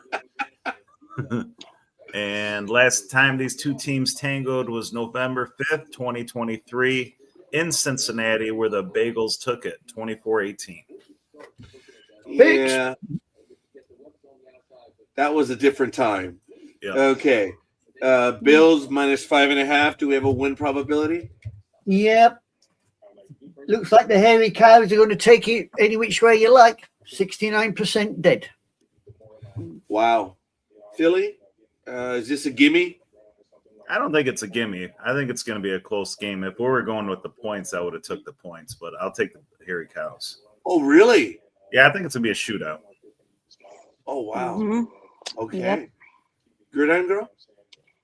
I believe everything that the Philly special says, but I'm gonna go with the Bengals. Record that. Oh shit! Can you snip that? Don't even snip that. Did I just hear our sainted gig? Use of 7:21 profanity? to 7:22 a.m. I don't have my book in front of me, so I can't write it down. So, all right, here. I got to get the post-it. Oh, sorry. Damn, the camera's shaking because of what Gridiron Girl just did. Okay. I mean, the last time I 7:21 to heard that 7:22 profanity, a.m. I think was Data when the Enterprise was going down. I think he said something similar, didn't he? Wow. All right. So, Gridiron Girl went with the bagels. So, Anime Girl. Bagels. I'm going to stick with my hairy cows because I like my hairy cows. Wow. I just don't get too close to them because, you know, they either fart a lot or just run all over you. But, you know, I don't mind a hairy cow or two. I have We have- always respected. Oh, I'm sorry. I didn't see them in the chat room. Lukey's, I didn't see your comments right now. Let me see. Come on, guys. I asked you to watch the chat room. I Okay. can't see anything. Yeah, I mean, I've got Lucas at Rams, Bills. Yeah, hold on. Okay, Bills. Oh, okay. That's the one we just did. Yeah, she's done for the Rams as well and the Texans. That's all I got here on my side. Oh, because that's what's on screen right now. Okay. Yeah. So and then I'm telling you, we have a fracture in the family. First Anime Girl, she had to go do it differently, and then she went ahead. Gridiron Girl. You did know, it. I love my Joe Burrows, and I'm doing it for my older son. That's his All team. right. I hear you. So that was Bengals Bills. Okay. So we got that one. Okay. So that game is in. Let's go back. Who's next in who did this one right now? Oh, you Anime did. Girl, So right? I did. you did. So Okay. it's the Philly next. Yes. Denver and Raiders. Okay. I thought I did it. Okay. All Oh, right. okay. Then it's Anime Girl. No, yeah, you did. I You did. did. I did. Yeah. And I'm the Did one you do freezing that? over here. Yeah. Said the Bagels are going to the Harry play Buffalo. Oh, Bills. yes, you did. My mistake. Yeah. I apologize, Dodo boy. Hey, I know I'm losing. forgettable. It's all good. It's all good. No, it's that green shirt. I'm worried about it, you know? Hoorah! Dude, your professionalism has screwed with us today, Tony. It has. Yeah. We're never at that level, and today you're shining a light on us. It's just absolutely frightening. Got my suit. Oh, This bad boy with it. nice. I have to Holy moly. record Gridiron Girl's comment at 7:24 a.m. on the suit. Yeah. Holy coly, here we go. Right, we have got the 10-2 Denver Broncos taking on those bastions of the NFL. Damn. 2-10 LA Raiders. Or is that the Oakland Raiders? Or is Yes. other Las Raiders? Vegas. Something like that. Anyway, they're both playing at Allegiant Stadium. Last time these two decided to knock heads, the Broncos took it to the Raiders by 3, 10-7. Yay! Okay, 7.5 for the Broncos. Do we have a win probability? Oh, yeah, we do. We do. What We is it, have 90? no, not quite. It looks like the little ponies are going to take it 76.2. I find that hard to believe that it's so low, but it doesn't matter. It is what it is. Anime Girl, what's it going to be? Well, I'm going to apologize to Matt and say I'm going with My Little Pony. There's not much to apologize. Mhm. There is not.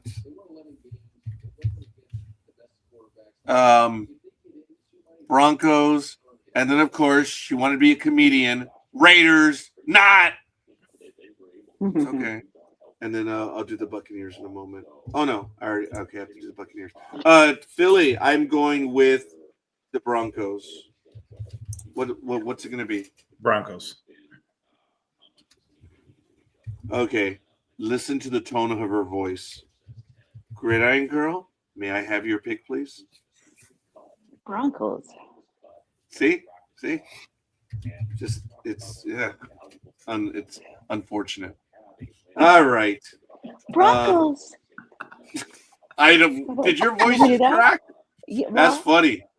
No, it's good. Chicago at Green Bay. That would be, I guess, me at this point. 9-3 Bears versus the 8-3-1 Packers. It's at 1:25 p.m. on Fox. Green Bay, Wisconsin, Sacred Lambeau Field. You see the numbers right there. Last time these two teams played was earlier this year, January 4, 2025. The Bears edged the Packers 24-22. So let me go back up to this game. There it is. The Packers on the betting line is 6.5. Do we have a win probability? Yeah. Cheesy heads are going to take it 72.4%.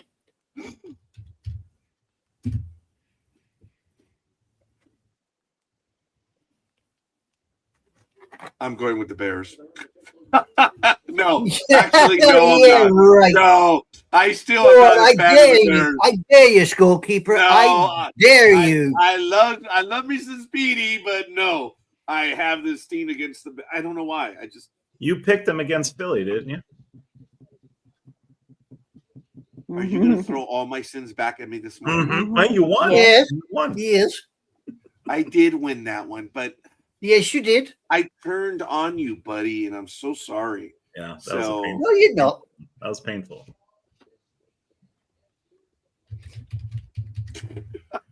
There it is. Philly, what's it going to be? Definitely the cheeseheads. All right, we're on the same side then. I'm all right with I'm all right with that. Okay. The Zuki's is going with the thank you. Hold on. Okay. Brown. Okay. Gridiron Girl. Sorry. There's a lot going on. Packers. All right. Anime Girl. Really? Cheeseheads, of course. Wow. I'm getting lots of love this morning. All right. Some more comments. Lukey's is taking the Browns.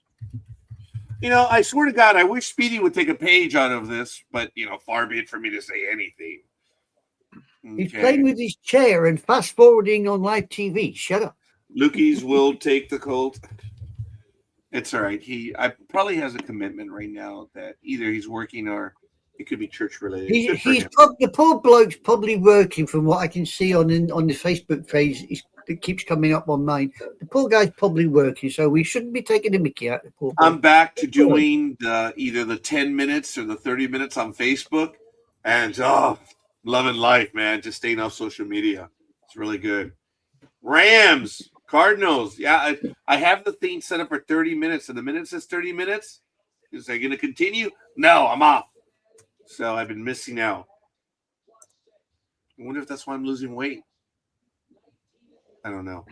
Philly? It was too deep right now. I'm sorry, Philly. Every time I see a monster story, though, on Facebook, Philly, Yeah. you know, I'm like, Philly, Yes. is this real? Is this real? And Philly's like, God damn, I thought he was naive. I didn't think he was stupid. Oh, what? No? Because Nah. sometimes Philly's like, no, I don't think that one's real, Scorekeeper. Yeah, it looks like CGI. Yeah. What do I know? Oh, my God. That's your game, buddy. Okay. Rams and Cardinals. Tomorrow at 4:25 p.m. Eastern, we got the Battle of the Opposites. We got the 9-3 Los Angeles Lambs traveling to the 3-9 Arizona Cardinals.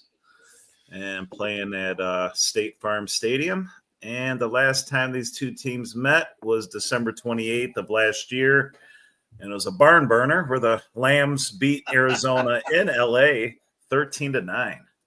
Yeah, they plucked and stuffed the Cardinals. Yeah. So again, folks, I apologize for the order because the NFL made some changes. Look, some of these games were set early, but we're in the final 4 weeks, right, Tony? Yeah. I think the NFL rules apply, right? Where they said they have the flex games. Yeah. So this is one of them. So forget it. Rams are 125. Forget it. Anyway, let's talk about the other games that moved. I'll shut up now. Rams 8.5. I heard that, Gridiron Girl. I thought about you. I went to Applebee's yesterday when I was eating. And? I thought about you. Oh, okay. What'd you have? I had a house salad, the wonton tacos, and the chicken tortilla soup. Nice. Okay. But it was in Laverne. Oh, well. There you go. Guys, there's a I was gonna say a Wendy's. There's a Applebee's that's 4 miles away from her that we went to on a Sunday night game. There's an Applebee's which is 4.5 miles away, but apparently that's too far. Hey, No, it's not. excuse No, me. It's not a half a mile away. Yeah, excuse me, that half mile is extra gas used. It's too far away. Shut your gob. Okay, Gridiron Girl, put me to shame. Show me the mileage. From San Dimas to Laverne, it's From only your half a mile. home. No. From your home to that Applebee's, and then your home to the one in Montclair. It's okay. It's all right. I'll get back to you. Oh, I'm sure you will. Anyway, I'm so sorry. I'm being stupid. I'll have No, you're not. Stop I'll have bullshit. the stats next week, okay? Next week, yeah, it's kind of like when I say, I'm gonna have to go over this later. Not. Anyway, Tony. Don't you want to win probability? Lambs. Please. Yeah. Sorry. Win probability. The fluffy ones are at 78%. All right, there you go. Thank you for standing up for yourself. All right, Billy, I apologize. Are you going to go with the fluffy ones? Yes. Okay, good. Gridiron Girl. Fluffies. Aw. Now, do you measure that by GP? Oh, just kidding. Anime Girl. Fluffy. And all I can say is traitor. Oh, there it is. Good morning, Papa Socks. Oh, yeah. Sorry, Papa Socks. Yeah, I know, huh? Hope Gig is feeling better. Hey, I hear you, Papa Socks. Thanks for stopping in. Hopefully, you'll be able to get it fixed.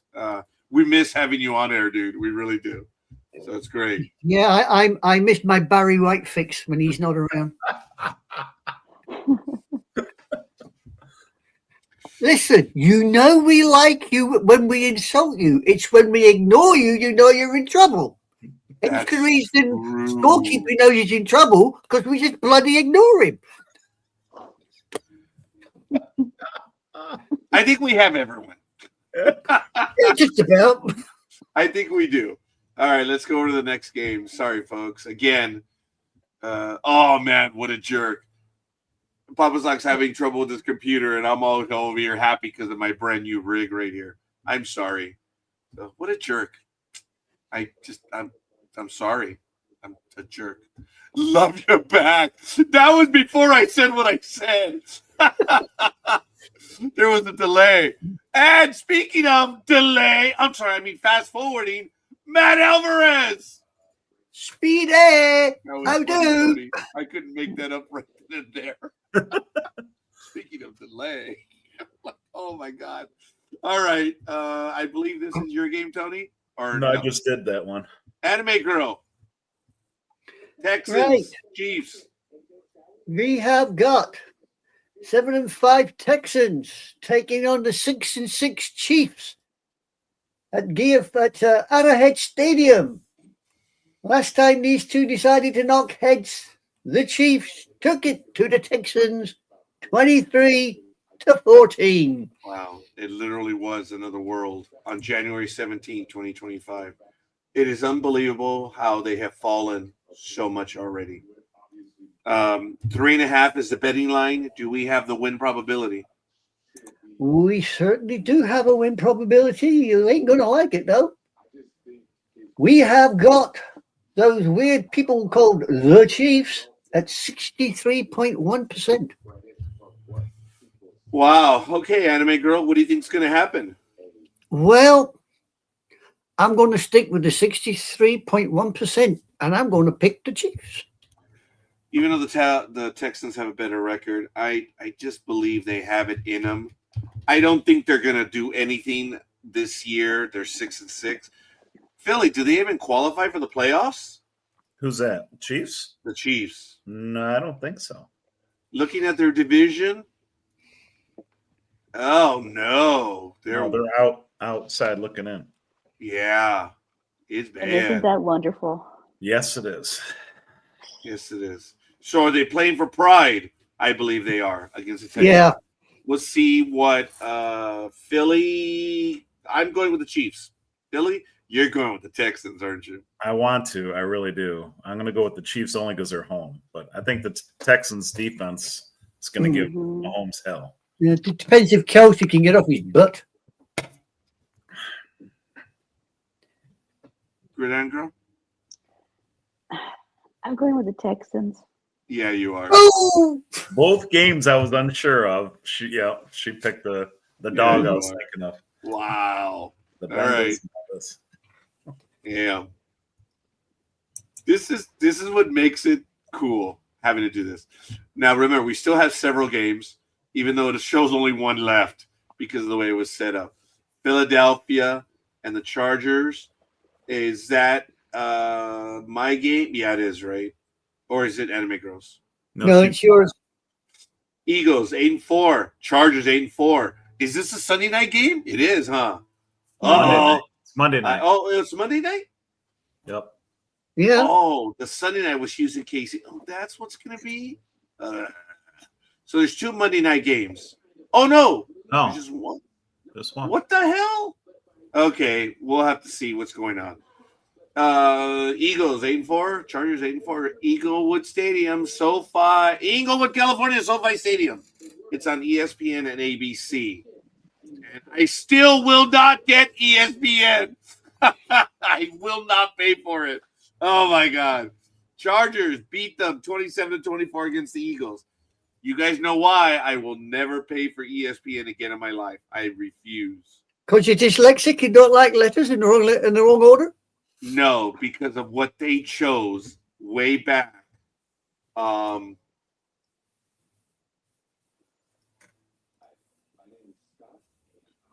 Right here, when they chose what's his face over Lauryn Hill. Remember that? The Okay. SPs. Remember? Mhm. I'll get to that tirade in a moment. Ever since then, in 2015, I have never paid for ESPN. I refuse. That's the time when that guy, won for the Arthur Ashe Award. Remember that? Okay, I'll rail on it later. Last time they played, 27-24 Chargers. Okay, let me go back to the scores. I apologize. Right here. Eagles, 2.5. What is the win probability? Well, looks like them damn dodos are just going to edge it at 56.6. Oh, my goodness. I'm going to wait on this one because I want to see them fight it out. Philly, who are you going for? If Herbert wasn't injured, I would be taking the Chargers and Giggs' team, but I'm going to go with the Birds to win a narrow game here. Gridiron Girl? Well, even with his hurt hand, I'm going to go with my Superman.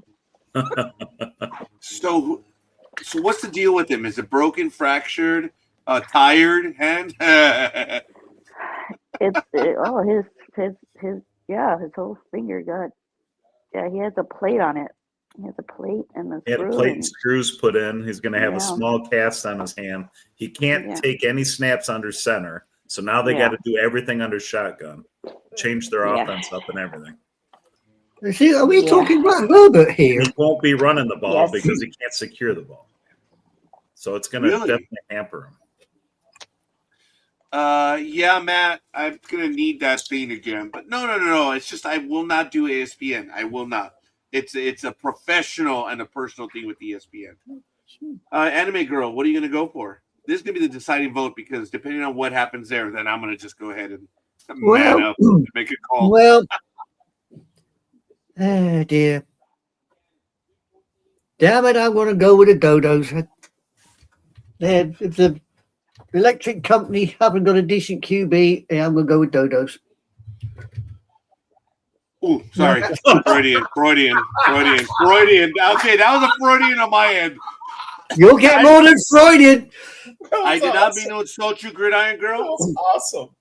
I didn't see. You know, you're not careful. I will insert a broom handle into your posterior and stir your brains around.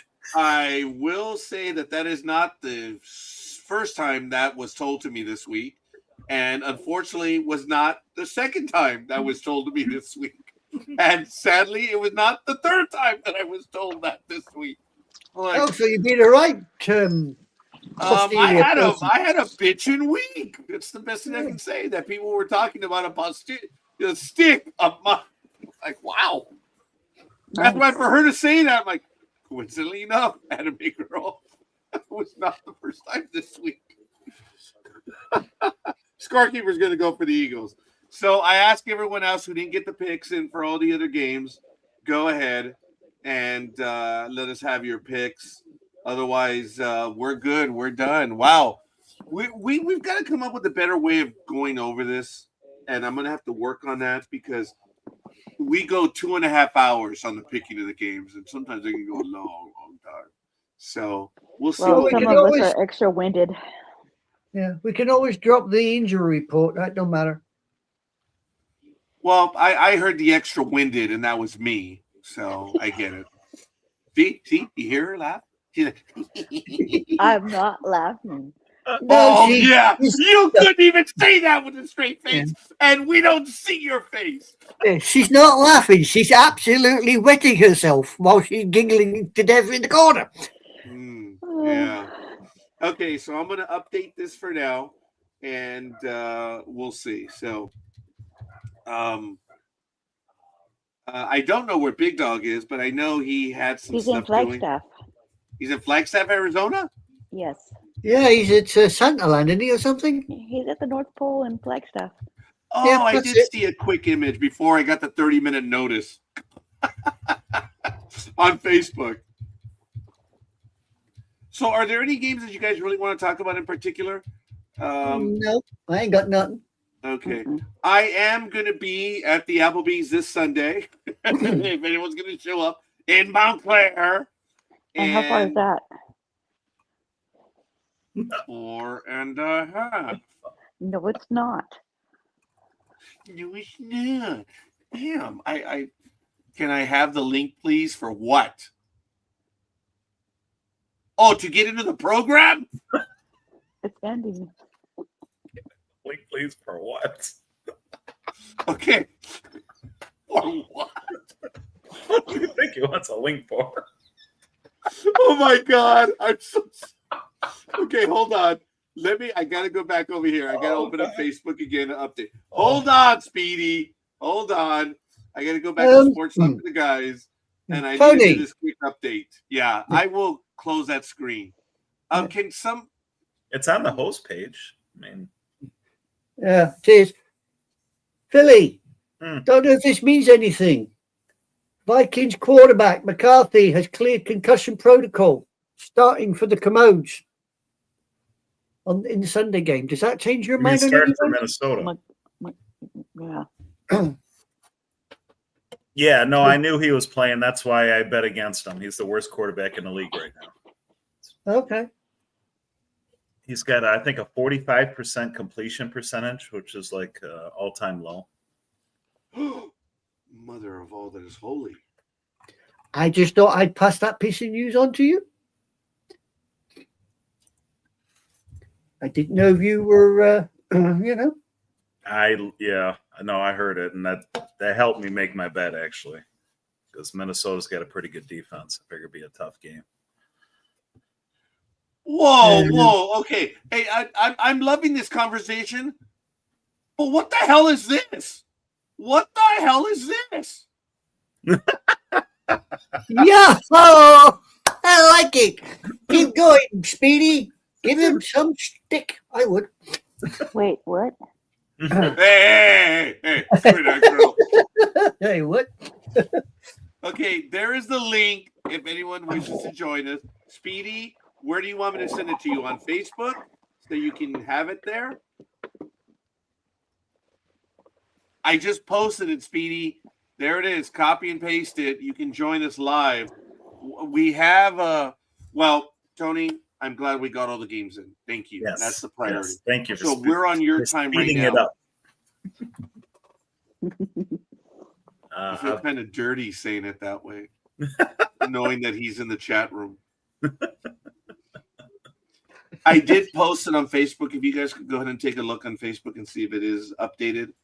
And I bet you I'm going to get another duh. Oh, he says, I got it. It's loading. I love this new computer. Oh, my God. I have to share this with you guys.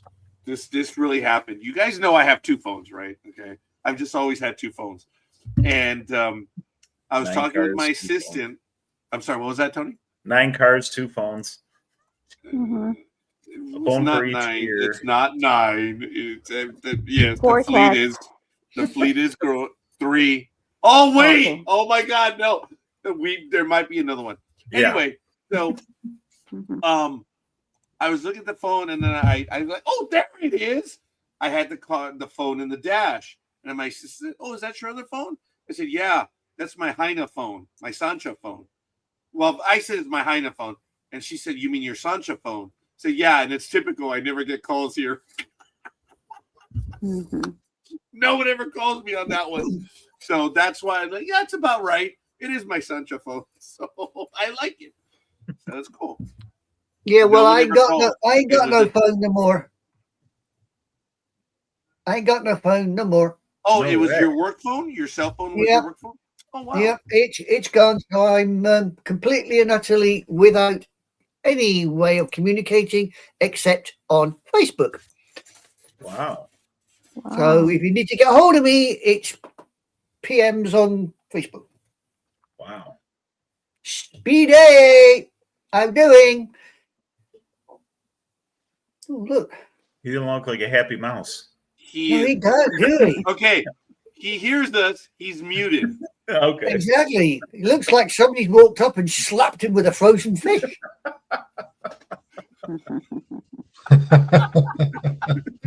That was funny because for a moment there it did look that way. Hi, Speedy. Good morning, everyone. Good morning. Morning. So, did Captain Birdseye Please. slap him with a frozen fish finger, or For did the you just love of God, know, do not not with tell it me this that you're going to morning? give me your picks. I will pelt you with the finish of your life, Speedy. Don't tell me you're going to give me the picks right now. I will. No, I'll send them to you later. Oh, to me? No, you can't send the big dog. He's in Flagstaff. Yeah, Big Dog did tell us he would be out of town. So Oh, he told you guys. Oh, good for him. Wow, I didn't remember. I was like, oh, I'm glad he told you guys. Yeah, he told all his friends. Yeah, I have no Yeah. friends. All right, Tony. Oh, hang on. We're not back at war again, are we, girls? Oh, if we're not, it's the phony war right now. If No, we're- hey, that did happen. The phony war. It was Yeah, before. it's not handbags at 10 paces. It's bloody compacts at 5. You know what, though, folks? Think about this. You guys have known Tony for the longest time. I've been privileged to know Tony for about 1.5 years. No, it was about a year before he joined us on Sports Talk with the guys. And Tony, what you see is what you get with Tony. and he's a good soul. Sorry to embarrass you right now, Tony. No, unfortunately, that's true. But what you see is what you get. For him to take a shot at me, I swear to God, if that's why I make a big deal out of it, he never does. And he actually took one, which was funny right now.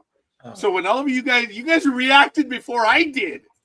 Oh, you guys at war again?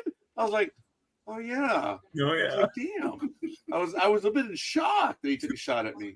I'm like, okay, maybe.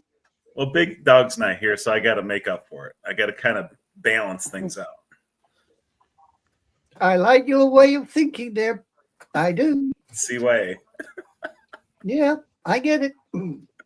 Yes, No, and I you mean told Steve. Scorekeeper a few times now. Oh shit! It doesn't work now. Oh damn! The new alignment. It doesn't work. It used to work before.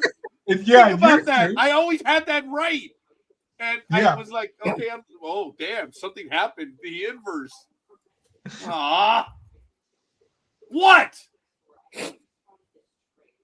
Okay, I feel like On the other Speedy because side. you're looking away from him now. Yeah, you're looking the wrong way. Yeah. There you go. There you go. Keep Now going. you're coming to Keep my going. side. There you go. Wait a minute. Mhm. Wait a minute. I Yes. normally did that way. But Well, when that's I the way you saw gotta go. screen- Shut up. When I was Don't tell me to shut up. Point the right direction. okay. Something is wrong with the screen now because the whole Yeah, thing- the idiot is using it. You know, when you get behind the car, you say there's a problem with the car. Yeah, the listener that's driving it. Well, there's the problem with your computer. I am looking forward to the Houston Kansas City game on Sunday night. I will be there at Applebee's. If anyone wishes to join me, I'll be more than happy to. Don't change the subject, scorekeeper. I had these gestures down because it was normal for me. That's throwing me. So something with my new computer, it's different because Speedy's over to my right now. No, So no. and you guys are seeing something different. This is crazy. And it's like, What no. What kind of computer did you get? An Acer? No, a No, Chinese one Speedy, powered I don't by think it's- chipmunk. I don't It's think it's computers, Roger. I think it's the mouse. Whoa! Mhm. Oh, boy, get in there, boy. Go on, get in there. Okay, Speedy, Home run. Philly has now attacked both of us. Home Dude, run. that went against both Love of us. it. Oh. Oh my goodness. Yeah, you want a duck, boy. Oh. What is that? Is that an ale or is that orange soda? I wish. No, it's seltzer water. No calories. Oh, Yeah, ugh.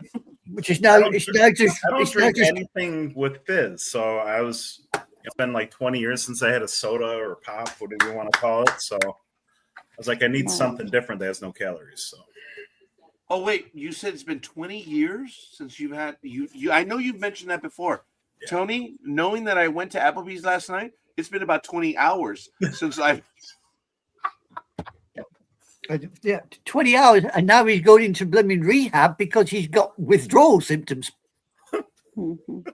No, the only time I have drinks now is when I go out. I was notorious for having them at 6:30 in the morning at work, and it used to psych everyone out when we started work. Wait a day minute, wait a 6:30. minute. I'm sorry, what? 6:30 in the morning with alcohol or with your I didn't mean Pepsi. to excite you there, very nice girl. It was just soda at work. Soda. no. Okay. Albeit I did need to clarify because my thing was Thank you. jumbled. I apologize. Having a stick up one, it's kind of like messes things up. jumbling I things know. around. What was that, Gridiron Girl? I know, Well- huh? Okay, I know, huh? I know, huh? So funny. Or the other one is liar. Liar. You liar. You lying. Oh, come on, Speedy. You live in the Latin world. Don't give us that look. What? You lie, you cheat, you steal? Okay. Remember? Remember? when we were in school, how the kids would always say liar. No? Okay, that's enough. Okay, sorry. Oh, You're going to have that to was- back was up great and memories. look at it again, Speedy. Really? Latin kids didn't speak with the accent? Don't tell me you went to an all-white school, dude. I find that hard to believe. No, I went to school with everyone, though. Well, so did I, but when it comes to accents, Latin kids speak in Latin accents. No? No. Speedy Well- went to a school where they spoke normally, not in many tongues. Oh, for the love of God. Someone liked what happened, right? Good morning, Frank. Thank you, Frank. And he's overseas, and he got the accent. Thank you, Frank. Oh, my God. Oh, Thanks, Papa Frank. Socks. Sitting in the corner, silently eating popcorn, not saying one word. Yeah, we're being foolish right now. It's all good. So, Tony, Anyway, can I ask you a question, scorekeeper? yes, I just wanted How to good know. is your command of the English language? Well, I'd like to believe I'm on an admiral level when it comes to it, even though I might be a junior admiral, because sometimes Right. I'm going to show you a picture. I want you to tell me what the guy is saying. Okay? There you go. hang on, the crowd's still coming. Aaron. Okay, yeah, the Pongos Yeah. and the Kazi. Okay, I got some of that, but not all of it. I speak English, not Right. Imperial. Right. He's basically saying, hang on, Crab's Yep. still combing his hair and the Pongo's in the Kazi. Now, what do you think he actually means by all of that? Oh, well, first of all, he said, hold on. The crowd's Yeah. still coming. I believe they're talking about cooking or they're talking about the cops coming over. I don't know. No. What you're saying is, hold up a minute. The Air Force guy is still combing his hair, and the Pongo, i.e., the Army guy, is in the toilet because he's obviously Navy. Dropping a kamikaze. The Pongo's in the Kazi. Yeah. Hey, you stand downwind of a soldier that's been in exercise eating compo food. Yeah, it's kamikaze time. You better believe it. Okay, I did not. I got a little bit of it, but not all of it. You should bring one of those every week. That would be kind of cool. That's forces talk. That's the stuff that's how I used to talk at one time, believe it or not. Yeah, see, after seeing that now, I feel like playing Call of Duty later. Something like that. Yeah, okay. How often Yeah, do you play Call of Duty, Speedy? Years. I've also played Medal of Honor. Okay, I'm sorry, it must be my accent. I said, how often do you play Call of Duty? Oh, once in a while now. Well, then go play, but not right now because we're watching the program. Yeah. Philly. I'm sorry. The Philly special. I'm sorry, I had to get out of my system. Where are you going today? You have a Lansing. major event? Capital of the state, Lansing. So what's that going to take you? About an hour or two from 2. where you're at? In 2 hours. It's 2 hours. If you come across this guy, his name is Joe Estrada, former Army. I won't say what he does right now, but if you do come across a guy named Joe Estrada, a little wiry, funny guy, thinking he's missing a mustache, I know him. In Lansing. And depending on the event, there's an outside chance he might be there. But Philly's like, no. I'll meet all sorts of types today, so I might. Wow. Yeah, you never know. So what's the weather out there in where you're at right now, Phil? It feels like a warm front. It's got to be at least 24. Oh shit. Well, I mean, the highs have been in the teens lately, so and a lot of snow. We're covered with snow right now. But yeah, it's been really cold. Today, I went outside though earlier and before to get on the show, and it felt warmer, so it's got to be at least 26, I would say. okay. I was going to really get angry at Philly right now, but he's speaking in relative terms. Speedy, Yeah. how cold is it where you're at right now? Yeah, it's 31. No wonder it felt warm. Here it's 43. What about you? Wow. Dude, it's about that right over here. Now, only 5 miles away. How is it over there where you are, Gridiron Girl? It's 47 50. right here. What? It's 53 over here. You see? You're wow. Anime Girl, what is it over in your part of the world?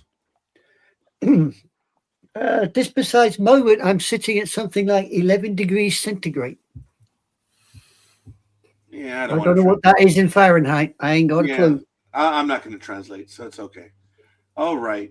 Well, look, guys, we have a lot of good football coming up, and I know we're going to switch some stories. I don't want to keep Tony any longer because he is very professional and polite. Tony, thanks for coming in and spending time with us again. It's always a lot of fun when we do the analysis. 36 in DC. Wow. Wow. Nice. So you guys are about the same. So,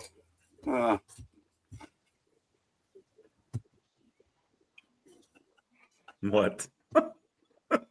Yeah, what do you have to say now? I have to maintain everyone's dignity. Okay. Yeah, because scorekeeper forever is stupid. You know what? Tony's like, yeah, shut up, scorekeeper. Yeah. All right, guys. Tony, I appreciate it. I love you. Have a buddy. good one, guys. And Have a great guys, weekend. I hope it goes See you well. later. All right. Smoke up, Johnny.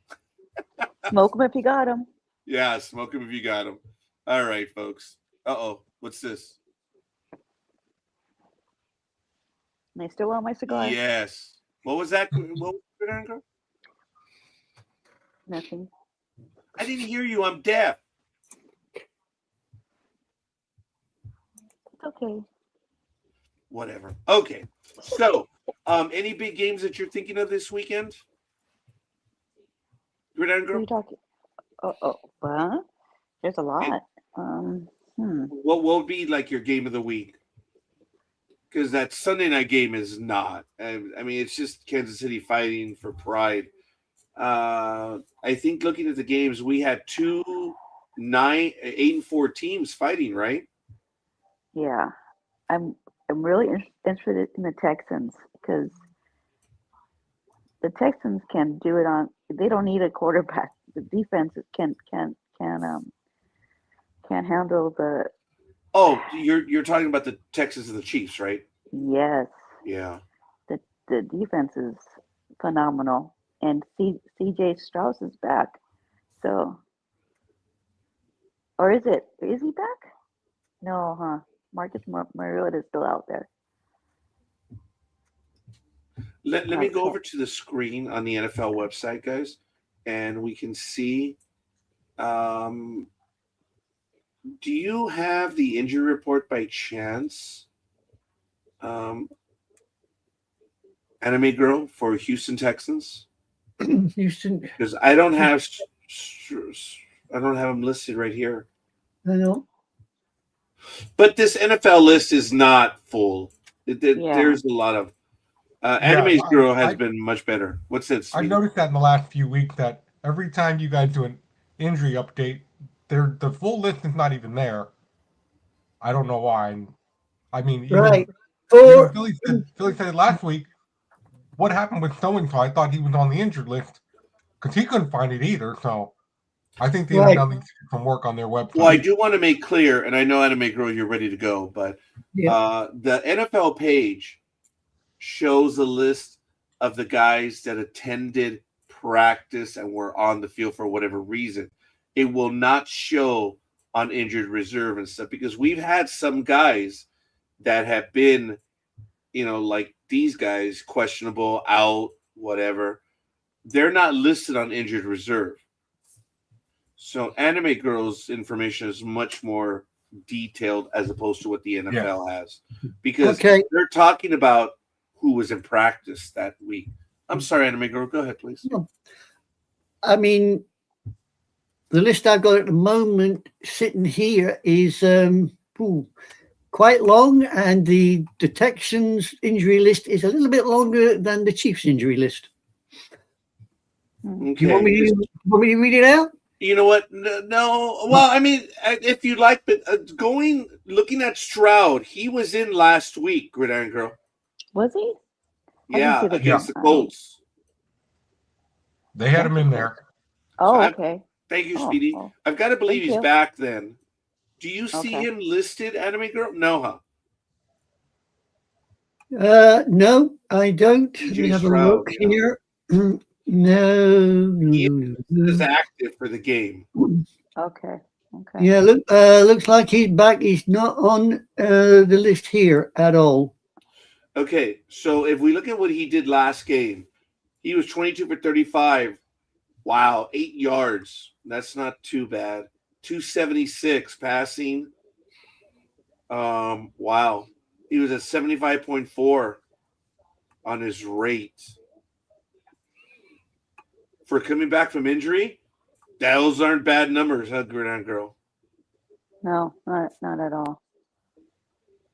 Yeah. So maybe taking it back a little bit, you were Mhm. saying I'm liking the Texans without a Yes. quarterback. Yeah. The defense can win on its own. That's what I'm saying. So, yeah, that's going to be exciting. I love seeing Casey's misery. You know, and the number of defense shows up right here, Gridiron Girl, because when you think of a team that has a good defense, the time of Mhm. possession goes up because a good defense does not stay on the field, right, Gridiron Girl? All right. I got about 5 of the Texans' defense on the injured reserve list. Okay, if you wanted to go over those, then we can carry the conversation forward on this one. Well, I've got Settle, defensive tackle, is injured reserve with his foot. I've got Taylor, defensive end, injured reserve with his ankle. Hamilton, defensive tackle, injured reserve, ankle. Hainish, defensive tackle, physically unable with the mysterious undisclosed. And that's about it. I'm sorry, go ahead. You don't want any tight ends or all that, do you? No, it's all good. Over here, we have Jay Hill, who's out. He did not participate in practice. And then you have Lassiter, the defensive back, did participate, so it's questionable. And then you have Jay Reed, forearm, did not participate, so he's out. And he's also defensive back. Now, I'm probably going to have to switch because we are getting sophisticated in our prognosticating here. And I did like the way the NFL had it the last few years. But now that they've changed to this, it's not the same that we used to go by. I like the numbers. They're interesting. I think we're going to switch to a different website. I got to be honest and say that I don't like that layout because it just confuses the hell out of you. When we did it, they were 4th in for defense or 6th in offense. I used to enjoy that, but this it just slows us down. Last year and the years before, the numbers were really good, and it has been confusing to everyone. I, who pay attention, was still messing up. So, it's just, guys, the computer I had. You guys, I have about 8 windows or tabs open because of the program. That's just the way it is. So my computer slows down. So the reason why I stay on the NFL website is because it's a little easier. But now moving forward, that my processor is a monster, and you guys see how fast my computer's been running. Remember, even 2 weeks ago, how it would take me a moment to go from one tab to another? Yep. It would take several seconds. Look at it's ridiculous now. Look, there it is. Boom, we're already in the next one. The other one had the stall, so that's why I always stayed on the NFL website. I know that we used to use Yahoo and USA Today stats, and I may be going back to those. but we don't want to be overrun with stats either. So we'll see what we'll do. I'll be looking for another website. Right now, we might just finish the season going with this. But Gridiron Girl did have a point that we do get windy when we talk about the games. I didn't mean it. I didn't mean it badly. I It don't sounds think badly. but based on what I just said, do you think I was saying it badly? Well, No, coming right? from you, yes. Scorekeeper, Please, Speedy. is your attorney there? Because I hear like somebody's listening to a little black and white green TV or something. Okay. No, that's probably Gridiron Girl listening to something else. Sorry. Okay. I now, muted it. Okay. She muted it. Okay. So All it right. wasn't Gridiron Girl. Speedy, you know that our attorney is not real, right? Yes, I know.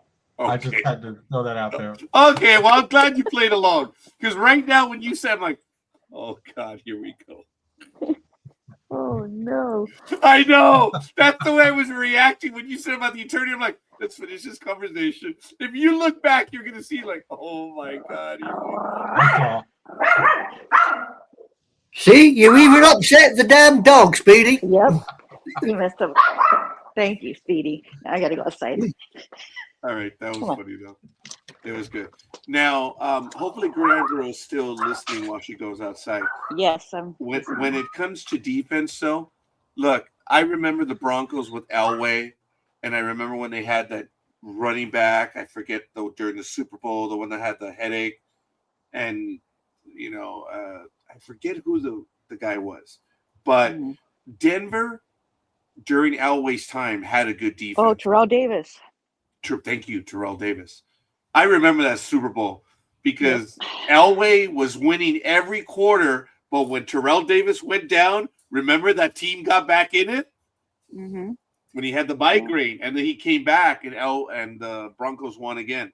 I remember the Broncos team had a good defense, but what they have now, Gridiron Girl, oh my God. Let's back up for this. When Peyton Manning won with Denver. Yes. Peyton Manning didn't do crap. It was a defense that won, that got them to the Super Bowl. It was a defense that clearly, pushed the win. That's all I gotta say about that. No, I hear you, but having Peyton there, look. Come on. Of course. If you have, that's what I'm saying. You could have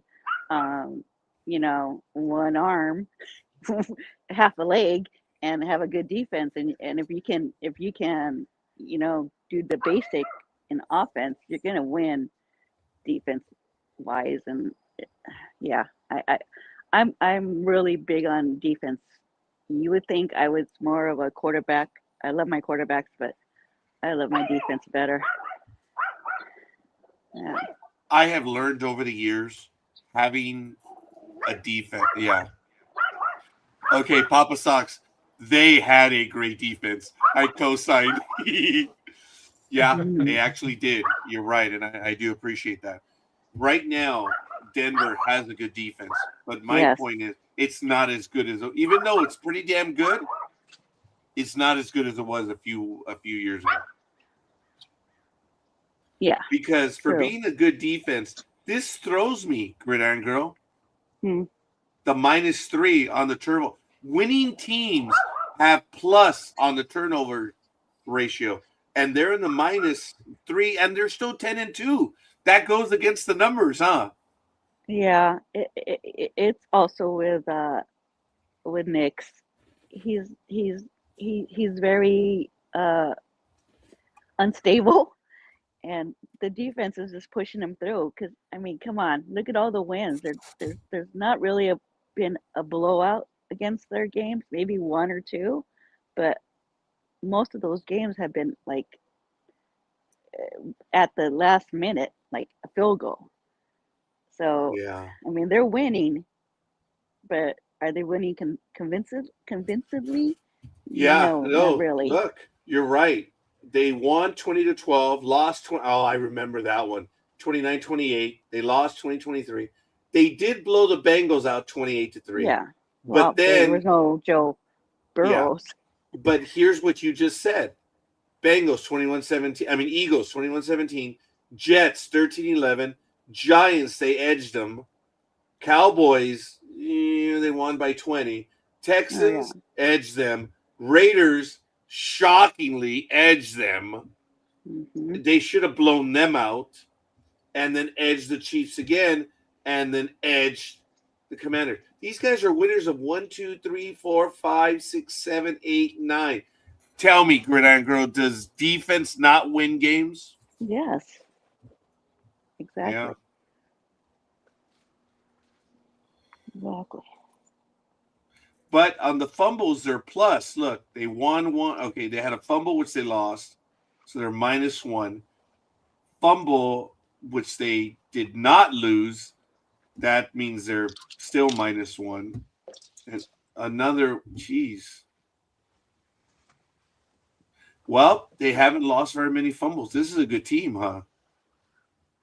Yes. Oh, but that was Knicks. That's just Knicks. Ooh. He's fumbled 3 times. He lost once. Oh, wow. Yeah, this is his second year, so he's still, I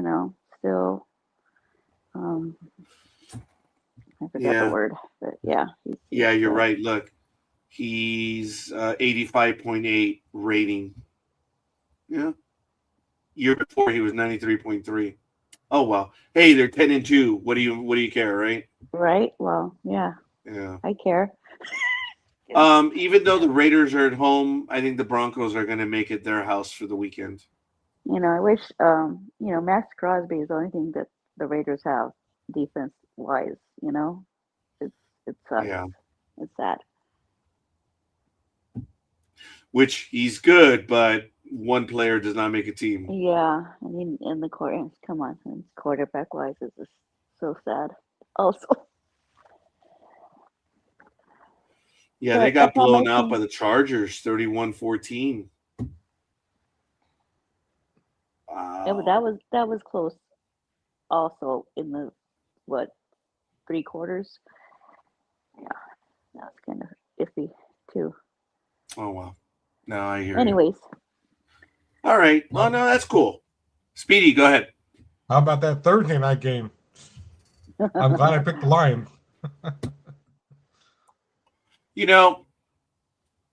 I went with technical stuff. I even gave a score. I did my analysis. Like I got serious and I lost. And I didn't get angry because I said, okay, it doesn't matter. I understand that. I went with my analysis. I didn't have my notes today. I might actually change some of my picks. But I'm back to my technical analysis that I was doing last year. And I had just gotten away from it. And, I almost sent Big Dog a score too, but then when they started to come back, I was like, oh no. Then they made that long 50-yard field goal. I was like, great. So I think they're going to come back and win. But they didn't. Looking at Thursday night's game, did you watch the game, Gridiron Girl?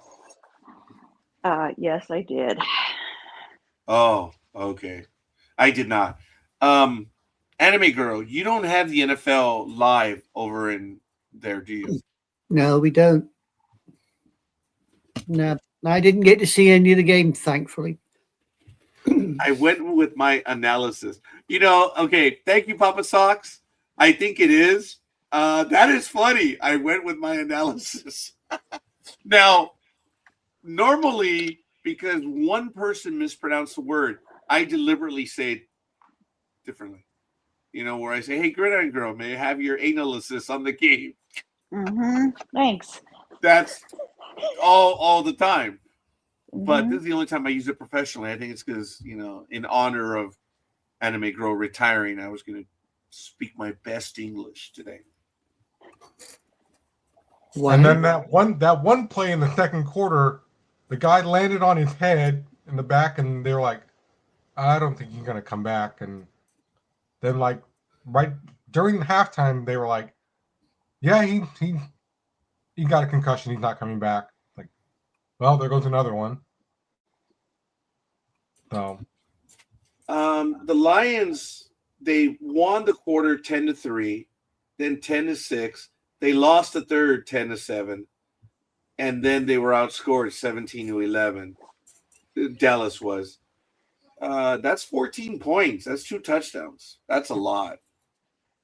yep, So, Speedy, are you talking about CD Lamb? yeah. Okay. I did not watch the game on Thursday night. What was I doing Thursday night?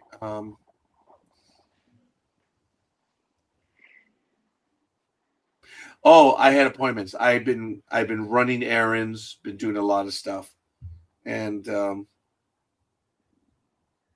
yeah, it Yeah, was kind I of think cool. I think if CD Lamb was still, didn't get hurt, Dallas could have, possibly got a win out of it because he was. Really?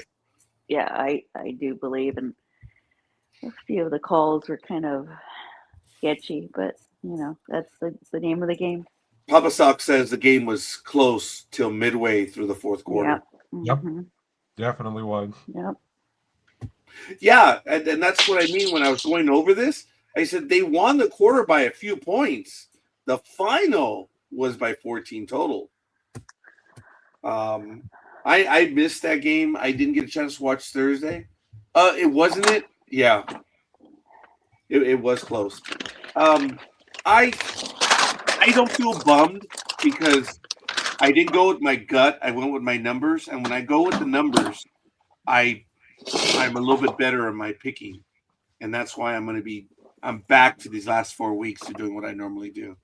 As you guys all know, I said when the season started, I said I know what I have to do. I'm going to be busy, but I still want to play, but now we can get serious. So, sound familiar, Good Iron Girl? Oh yeah. Yeah. I still don't know how I am where I am. I'll tell you that for nothing. You're just a good picker. Yeah. Last year, my picking was up in the 72%, and that's because of what I was doing. I haven't been doing that this year. Okay, let's just be real. Somebody got paid. I like it. Yep. We'll see. Yeah, and then the halftime crew was like, and now we're going to watch the halftime show with the Temptations. And so I put that in the chat, and Anime Girl was like, well, the Temptations were like Motown. Like, well, I don't know any of those two. I wasn't born around that time, so what do I care about the halftime show anyway? Oh my goodness. Yeah, but the Temptations that they had on weren't the originals, that's for sure. They'd be old farts by now in wheelchairs. Well, as far as some baseball news, as for those that were listening, I talked about some baseball stuff early on in the first, before we did the football. There's a lot of smaller players that have been drafted. I'm not going to go over all the list, but if you do want to follow the free agency tracker, it is on ESPN, guys. I'm going to put it in the chat room for you, and you can stay up on all the news. I'm going to take a quick little gander. There it is in the chat room. I think the last deal really was 2 days ago where the Boston Red Sox acquired Johan Ovidio from the Pittsburgh Pirates in a 5-player trade that sent Yuxton Garcia to Pittsburgh. So everything. Miguel Rojas, are you happy there, Gridiron Girl? I sure am. On December 3rd, Los Angeles hero Miguel Rojas. Folks, the Dodgers don't win it without Miguel Rojas in the 9th inning. He's returning in 2026 for what will be his final season in the major leagues. The infielder agreed to terms of a 1-year, $5.5 million deal, which will be assisting the front office and helping in player development. I'm sorry, after which he will be assisting the front office and helping in player development. So he's going to remain as a Dodger. He signed what possibly could be considered those lifetime contracts, where they, after they play, they have the option of working for the team. Nice. So yeah, he's going to stay with them, which is really cool. The big signing so far was Dylan Cease going to the Toronto Blue Jays on a 7-year, $210 million contract. Of course, go ahead. Wasn't he with the He's Padres? San Diego. Yeah. Yeah. Of course, reliever Devin Williams from the Brewers to the Yankees and now the Mets. He agreed on the 3-year deal for $50 million. That's going to be significant because the Mets already have a number 1 reliever, and getting Devin Williams, if he can pitch the way he did with the Brewers, this is a 1-2 combination with the Mets. Hey, there's a lot of noise in the background. Who is it? Sorry, it's me. Oh, shut off. I'm No, cooking. that's all right. I'm sorry. It's okay. What teams would free agency benefit for 2026? Oh my God, everyone. But yeah, the winter meetings are still coming up, and actually, we do cover hockey from time to time whenever there is news.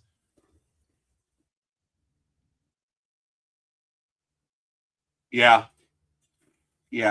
Don't get me wrong. We do cover. I mean, look, I have a little bit of hockey news. Oh, this is the first week that I don't have hockey news. See, look, folks, these are all the stories that I collect. This is what you see me do on OneNote, but I have all these stories. I never get to even a quarter of them. But I have Major League Baseball, I have basketball, college football, Olympics. We did talk about that earlier. The World Cup, tennis. There was some Russian news, but I have these when we go over the news. But yeah, it's been a quiet week, quite frankly. Anime Girl, did you have any stories that you wanted to get to? No, none at all, my dear boy. None at all. Speedy, anything you wanted to talk about? He's muted, so he Yeah. might have forgotten. Here's another story that I'm going to get to you guys. If you want to take a look at it in the chat room, I'm going to place it.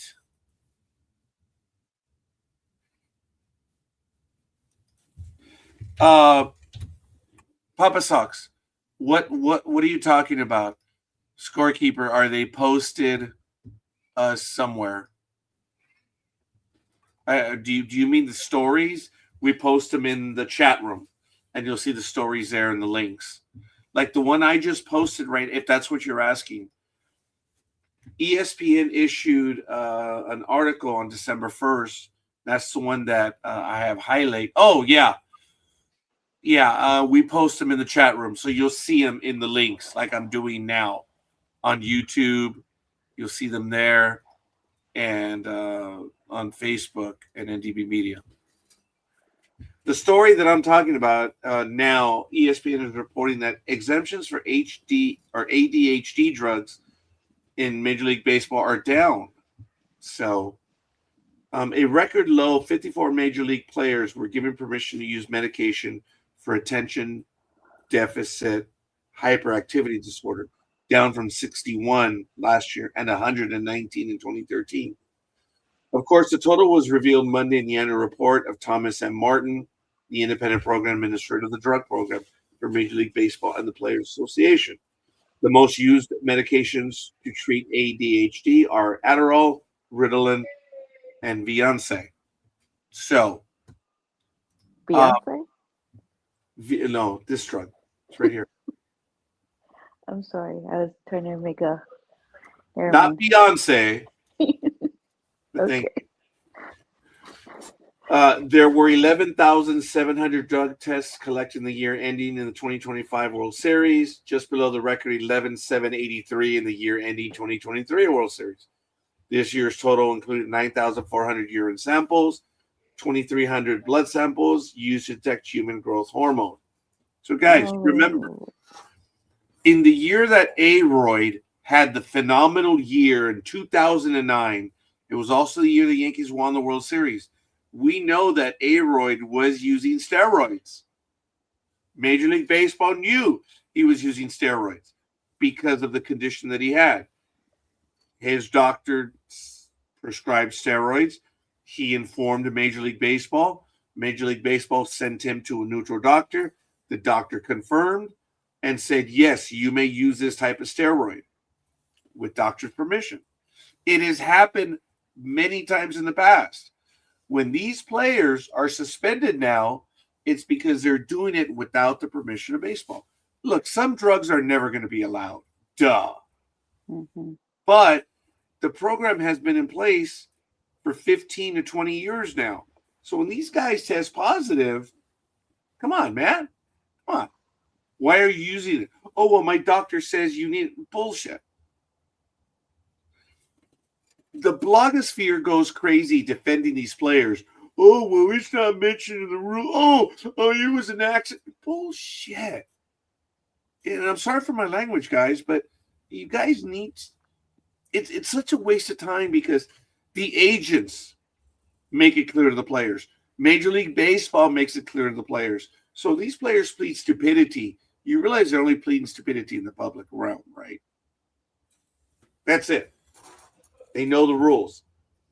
This year, just 2 tests were positive and resulted in discipline action among players on a 40-man roster. Atlanta Braves outfielder Jurickson Profar was suspended for 80 games on March 31st for a positive test for chronic gonadotropin, a hormone that helps in the production of testosterone. And Philadelphia Phillies closer Jose Alvarado was banned for 80 games on May 18th for a positive test for external testosterone. Again, Profar said he didn't only take the banned substance. So what is he trying to say? Well, I didn't know I took it. So what, did you brush against someone? Come on, dude. Was it in your food? Was it in Mexico? Gridiron Girl, a lot of players test positive in Mexico, right? Yeah. Why? Because the drugs are cheap. Yes. Not only, well, yes, and there's a lot of steroids in the meats down there. Mm-hmm. There are. Oh, it happens regularly. Players I did not test know positive. Yeah. So, but you've got to know where and when. That's why you have to report it. That's why they play dumb. So. what team did he play for? I forgot. Profar. Wow. Team? Who? Jurickson Profar? Yes. The Braves. Yes. And then Okay. Jose Alvarado was for the Philadelphia Phillies. He was a closer. Anime Girl, can you help Scorekeeper pronounce the name of that drug? I didn't quite get it the first time he said it. Which drug is that? I'm going to go to the screen, and there it is. This one. Do you see it on screen? Yeah, I see it on screen. Vivance? I would say something like that, yeah. Not Beyonce? No, not Beyonce. Beyonce. All right, now here's another one. This one.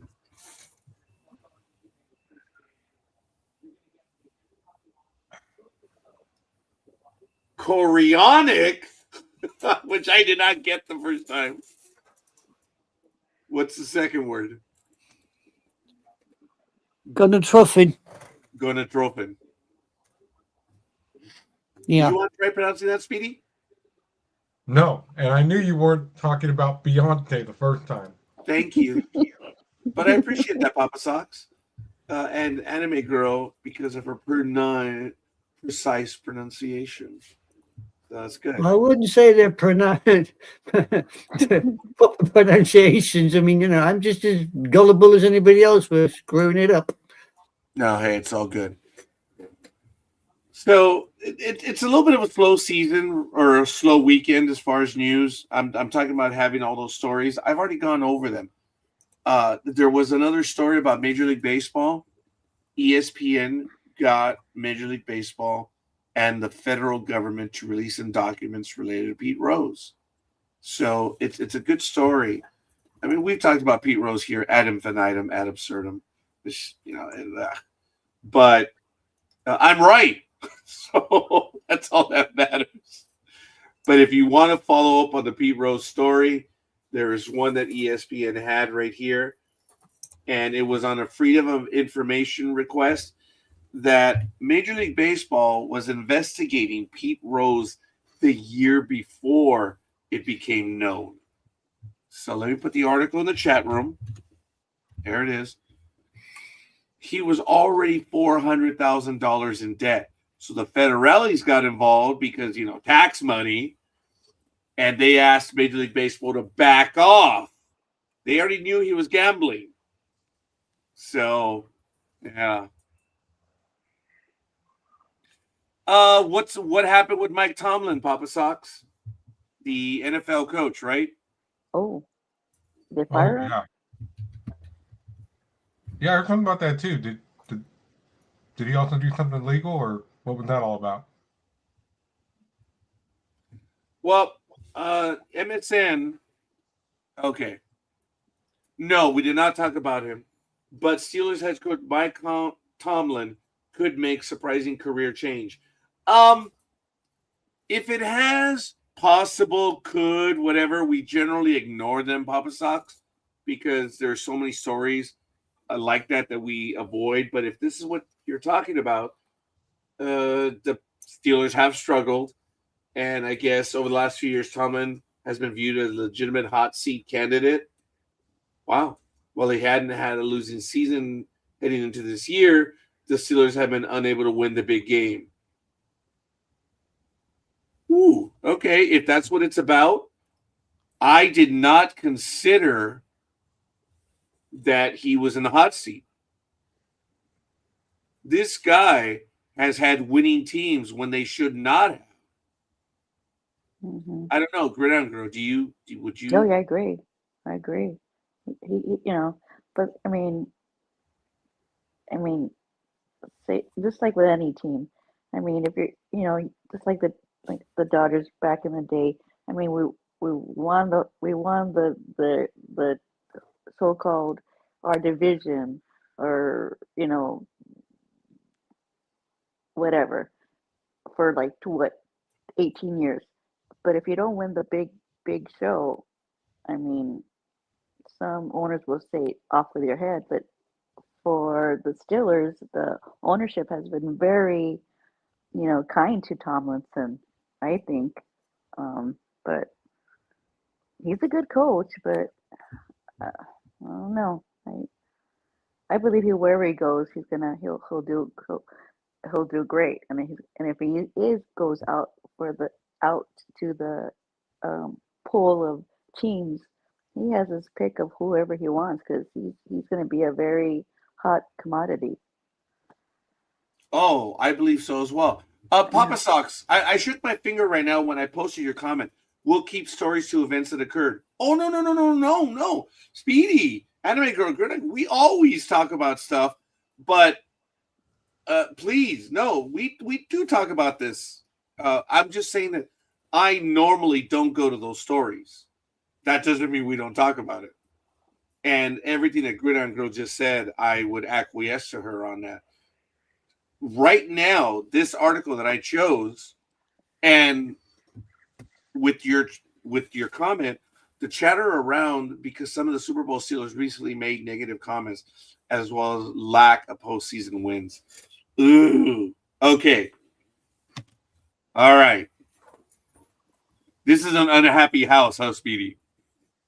Not a good thing when you have players. But,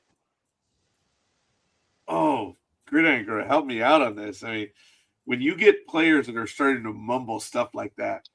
I mean, look at. Let's put, for instance, Aaron Rodgers, right? That he's the quarterback for. Yeah.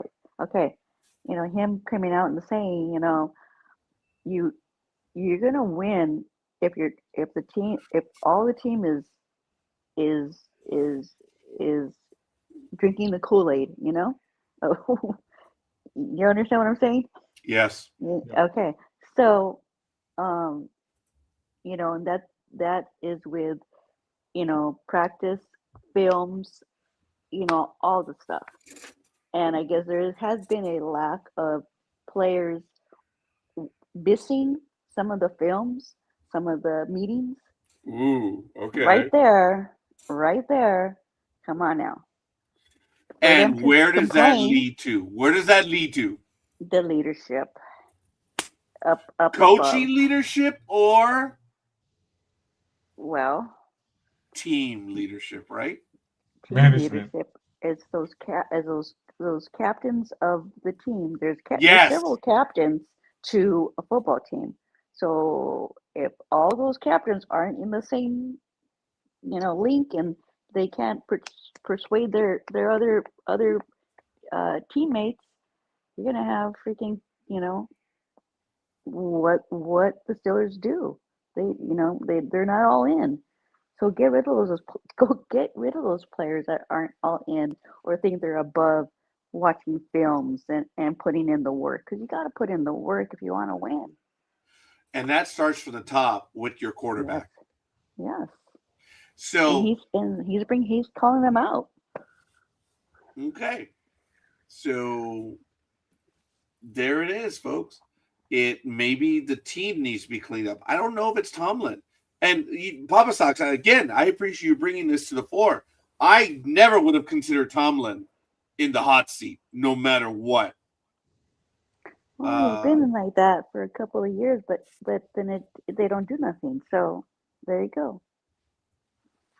Yeah, I think also a better way to answer Papa Talk's question, and I've noticed too that, a lot of coaches are like, I think I'm gonna go back to coaching college football. It's getting a little hot here, and I don't want to be the cause of this, so I'm out. And they go back to college, like Lane Kiffin did. All right, Speedy, I appreciate that. And listening to you, Gridiron Girl, I might have, and Speedy, you as well. And Papa Sock, I think I had a different take on this. I was blaming him, Aaron Rodgers. I'm like, all of a sudden, we're getting all this little unhappiness, and look at who the quarterback is. Mm-hmm. All this little snipiness. That's the same thing that was happening on the last team. If you guys have seen Draft Day with Kevin Costner, remember the issue with the quarterback? Could very well. I don't pretend to know everything that's going on over there in Gridiron Girl. Even you enlightened me, and Papa Sox, you did as well with your comments. But I would put the blame on the quarterback. But Gridiron Girl said, hey, he's calling them out. See, then this is just an unhappy team. Because you get a guy like Aaron Rodgers, you think you're going to the Super Bowl. It would be like if exactly. would be like if me and Scorekeeper called a meeting, and let's say, to be fair, that maybe Dream and Tony, feeling special, can't make the meeting, and we're like, all right, well, you're both on discipline because you didn't attend this meeting with Sports Talk with the guys. Very, very important. And we want an explanation of why you weren't there. And if their explanation is good, then, okay, fine, we understand. But if it's not, well, I don't know what that leads to with Sports Talk with the guys, but. I appreciate that, Speedy. I just put this on the background. Papa Sox, you have not seen Draft Day? Wow. Kevin Costner, baby. Oh, Gridiron Girl. I haven't watched that either. Wow. Anime Drafty, Girl? huh? What year? No, it's okay. Anime Girl, I don't know if you've seen this movie. I humbly recommend that if it is available to you, never. Anyway, I humbly offer. I know it's on a lot of different cable services right now, Gridiron Girl. So you can Okay. look. Actually, there's an app where you can find where it's playing right now. Guy, Speedy, Draft Day is a fun movie, isn't it? Well, Yeah. okay. Yes and no. Right. Yes or no? It's a good football movie, though. Okay. I Yes. like good football movies. Yes, and it's Kevin Costner, sports movie. Come on, man. Right. Yeah, and I've seen lots of Costner and Garner movies. Costner in baseball, For the Love of the Game. Oh my God. And then obviously Field of Dreams. I don't know about you guys, but there's more of an emotional attachment to Field of Dreams for many fans. For me, it is Bull Durham. There's so many things that I see in that movie that even I did, which is like, remember in the movie Bull Durham, when they're hurting for a day off in the summer, and what do? They go to the park in the middle of the night, all drunk. They break in and they light up the sprinklers. Remember? Well, not light them up, but they turn them on, and the field is flooded. Because they could in the middle of the summer and they couldn't play the game, so they needed a day off. Well, I'm not going to admit to anything because there could be some legal ramifications still for some things I've done. All I can say is that when I saw the movie, I'm like, oh my God, this happens.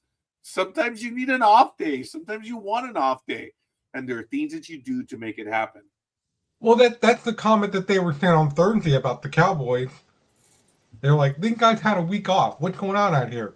Oh, I'm like, that's right. Yeah, they did have a week off to prepare, and they just didn't do it. And you're surprised because when have the Cowboys ever managed to get 3 in a freaking row? Well, except for losing, they're good at that. I'll give you that one.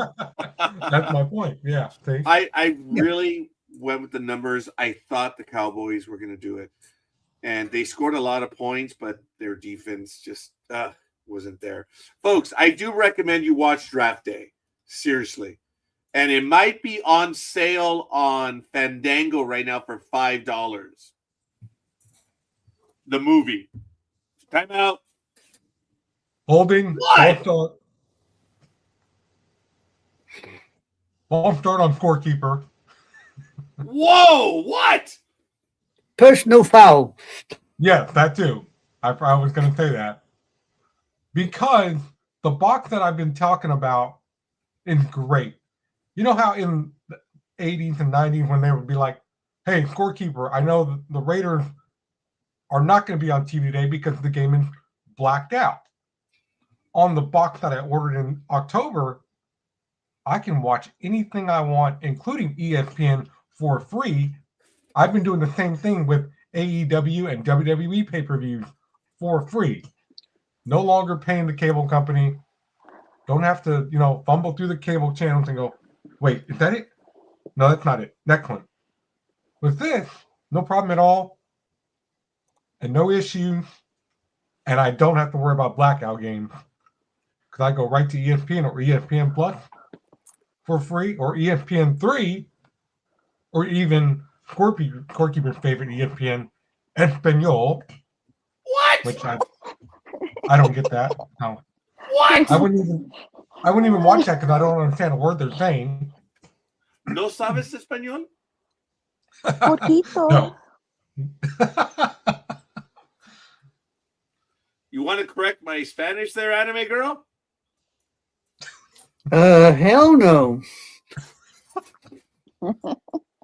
Okay. Papa Sock says, but it says right up in the write-up it was a box office failure.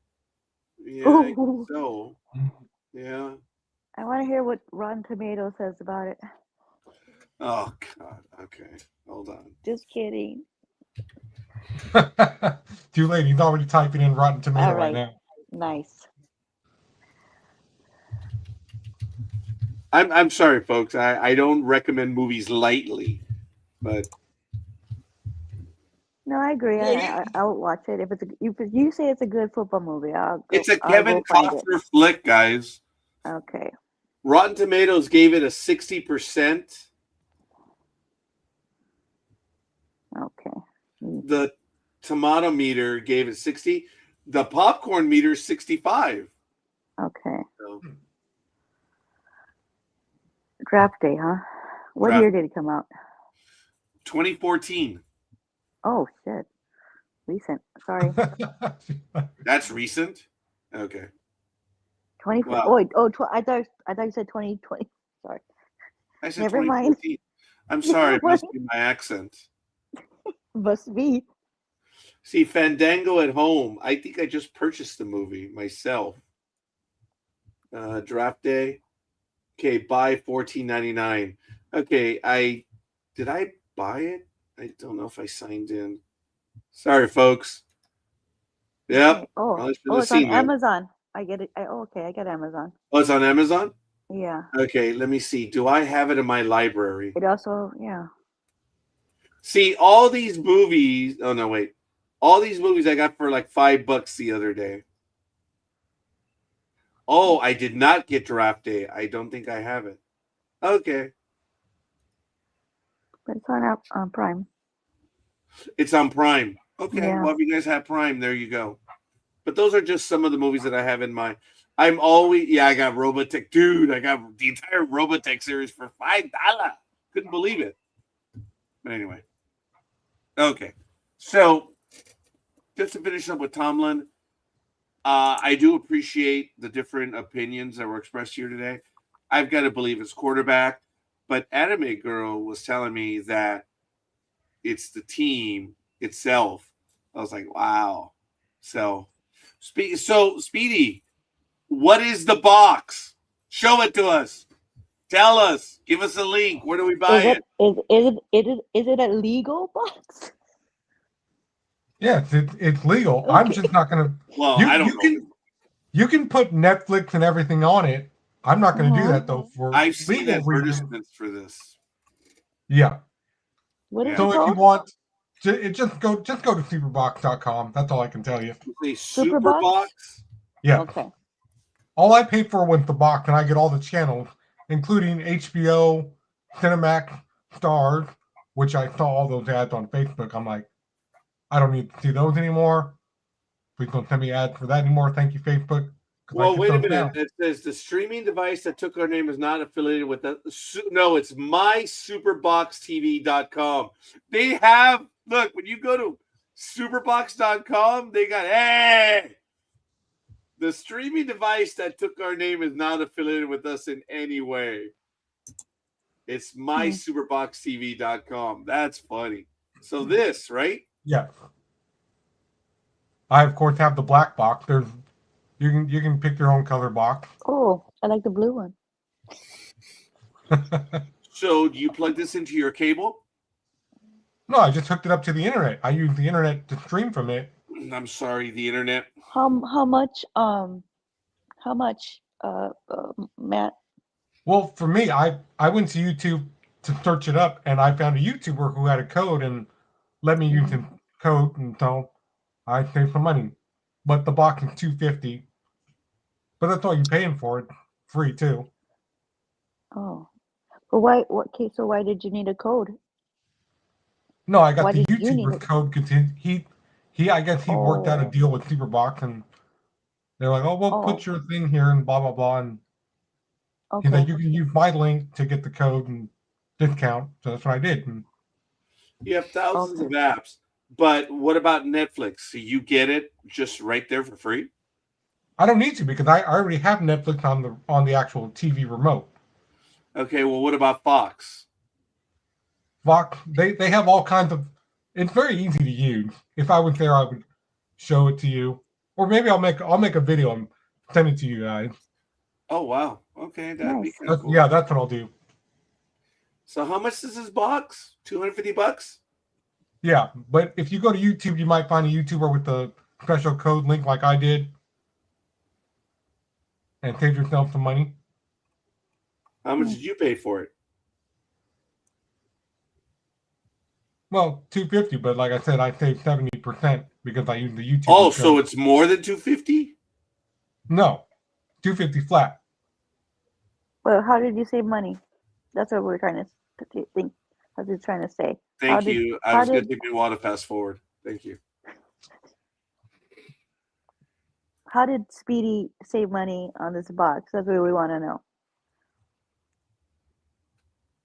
I didn't pay the whole 250. Like I said, I used the. Oh, Okay. Thank you for making that clear. there. Thank Okay. you. So has anyone seen the new Freddie Friedman commercial that just came out? No. No. So he's he's Canadian. His parents were from Canada. He's from Ontario.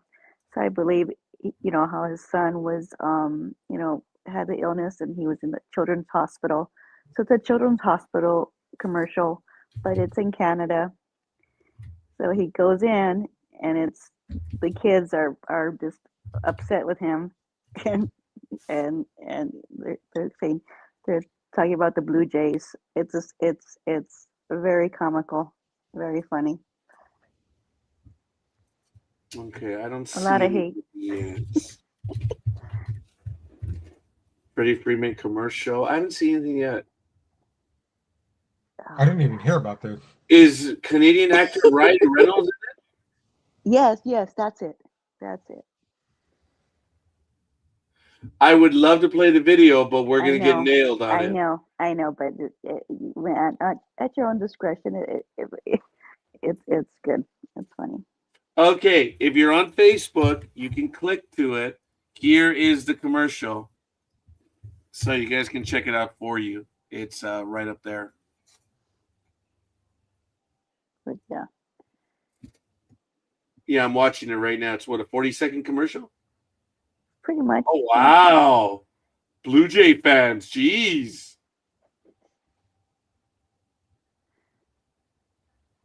That's funny. All right. I will have to check it out. Yeah, it looks Yeah. good. All right. Well, Also, yes, please. and one more note. The World Cup. Has anyone seen what the current president wants to rename the NFL? Because the real true football is the World Cup. No, I didn't hear. What did Those are his words. He was saying that because soccer is now so popular in the world that they should be now calling soccer football. So I don't know what he's going to do about the NFL and the AFL.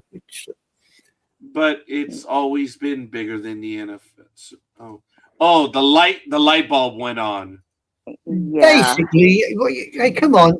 He's about bloody 40 years behind, if not more like 80 years behind with these ideas. Right. I mean, I don't call him the bloody pigeon for nothing, you know. I was being nice. Okay, I don't want to say bad words in front of Speedy. Sorry. I'm afraid your present POTUS to me is nothing more than an airheaded pigeon that needs to be taken out and got rid of. But never mind. Thank you. I do believe the same way. Well, yeah, okay, fair enough. Well, look, folks, we are going to be finishing up. We're near the top of the hour already. I do want to thank everyone for joining us. We're a little shorter than normal as we adjust to the new normal right here. But I do want to wish everyone a wonderful week. I'm going to be going, so unless you guys want to continue the program. No, I'm fine. No, we're good. Yeah, Well, I just have one more thing to say is that earlier you guys were talking about network. Well, there are like several networks that are probably going to buy other networks and like, I guess, slow down cable, which is good. Because cable sucks anyways. Costs too much. Well, I think the prices of everything is going to shoot up, period. But we'll see. Yeah, Netflix is trying to buy Warner Brothers. Well, yeah, it's probably going to happen. They're going to have to pay off the White House as they did on the last deal, Paramount and Sundance. Yeah. So, yeah. Oh, well. They're just going to have to pay for that. That's all. Yeah, I'm still sad about that AOL Time Warner deal in 2000, which didn't go over very well at all because Ted Turner didn't know what the heck he was doing, and he obviously didn't read the fine print. So, Well, Warner's up for grabs now anyway, isn't it? yeah. Yeah. Sorry. What are you laughing at, scorekeeper? LA politics. I will get to it when you guys are done. Oh my God. Go on then. Stop keeping us in suspenders. I'm done. Yeah. The Dodgers, are no longer owned by Frank McCourt. He owns Right. part of the parking lot, the smart guy that he was when he lost the Dodgers. He's been trying to build a gondola for a while. If he gets the gondola built, it'll take approximately 5,000 people or alleged 5,000 parking spaces out of Dodger Stadium because he wants to build in there. Well, guess what? LA City Council voted against it last month. Remember we talked about it? Yep. Mm-hmm. Well, yesterday, the Metro Board approved it. No way. Okay. So Los Angeles Metro's board of directors voted Thursday, I said yesterday, to reapprove the Dodger Stadium gondola, clearing the path for state agencies in the city of LA to provide necessary sign-offs before shovels hit the ground. That means it's far from a done deal. So, following Thursday's vote, Zero Emissions Transit, the nonprofit developing the gondola, said the California State Park Commissioner will consider amending the LA Historic State Park General Plan, and the city of LA will evaluate use land permits. Very few people know that LA has a brand new park. It used to be called the Cornfield. It was a railroad yard 40 years ago. It's a nice park now, but the gondola is going to go through the park. And, oh my God, it's like, remember a month ago, LA City Council said, now. The Metro Board, which is bigger than them, said, oh, yeah. So what's going to happen, folks? Is that suspended or on the ground? Air. Suspended. Suspended. Oh, hell no. Hell no. So, I am so afraid of The heights. reason I'm asking, to be perfectly honest, scorekeeper, is in Chiba City, they've got the longest suspended railway in the world at the moment, something like 10 miles long. I was just wondering if this thing was going to be similar to that. no. Okay. Here is Union Station, folks. Okay. This is Union Station. Right here, you have the Amtrak, Metrolink, and you can even see the light rail a little bit. The bus, if you want to take the bus to Dodger Stadium, I believe it's right here at Union Station, and it will take you up Cesar Chavez Sunset into the stadium and drop you off here, and then it comes back down at the end of the game and drops you off there. Now, the light rail line comes up here, and there's a station right there. What this fool wants to do is he wants to do the gondola from Union Station to here, over Koreatown, up to the stadium, and the spot will end somewhere around here. Mm. So, if the capacity is 5,000 people, you can remove 5,000 parking stalls. So that means you can develop a lot of this land now that's around Dodger Stadium. This is all parking stalls. That's what it is. So, if the gondola goes forward, Dodger Stadium will be changed, and it will have entertainment and homes up there now. Not crazy? So they destroyed homes. Now they're going to rebuild homes. God bless America. Mm-hmm. Yep. Because That I crazy? was a family. I was not me per se, but my grandparents had one of their houses ripped out from that. Well, I believe somewhere in my line, my mother was telling me some years ago that either she knew someone and or someone related had also Mhm. I don't pretend to know the whole story, but yours is probably closer to mine. The communities Right. used to be like these right here in these little Mhm. sections, and that's all there was. It was homes right here. Some people say they were shanty towns. No, they were not, No, they're not. but they were allegedly clean everything up. Yeah. This used to be my exit and entrance to the stadium. It was so easy. Yeah. Come into the freeway, up Solano, back the way, come in here. We used to park here, Yep. and then we'd be able to get out of the stadium. It used to work years ago. Doesn't work anymore. So it sounds like he's trying to. It sounds like he's trying to build a crossway bridge like they did with Oakland Coliseum. Because Oakland Coliseum, you get it right off at BART. You just go across the bridge and walk across, and you're already at the stadium. They connect. Well, there's going to be a gondola. So it's like the old Disneyland gondolas. No way. Suspended. Yep. Yeah. So, yeah, it's crazy. It got approved by Metro. Wow. And we have what do you think? What do you think if he was the owner for the A's and decided to do this? Would it save the A's or? He was, remember, when he lost the Dodgers, it's because he and his wife were spending Dodger money, which should not have been. That's why baseball took them from him. Mm-hmm. And then they got into the divorce and all that stuff. And yeah, they were using Dodger money for their personal stuff. You can't do that. So Roger, this gondola thing that you're on about, I'll put something up because are we talking something like this? No, it's a Disneyland gondola.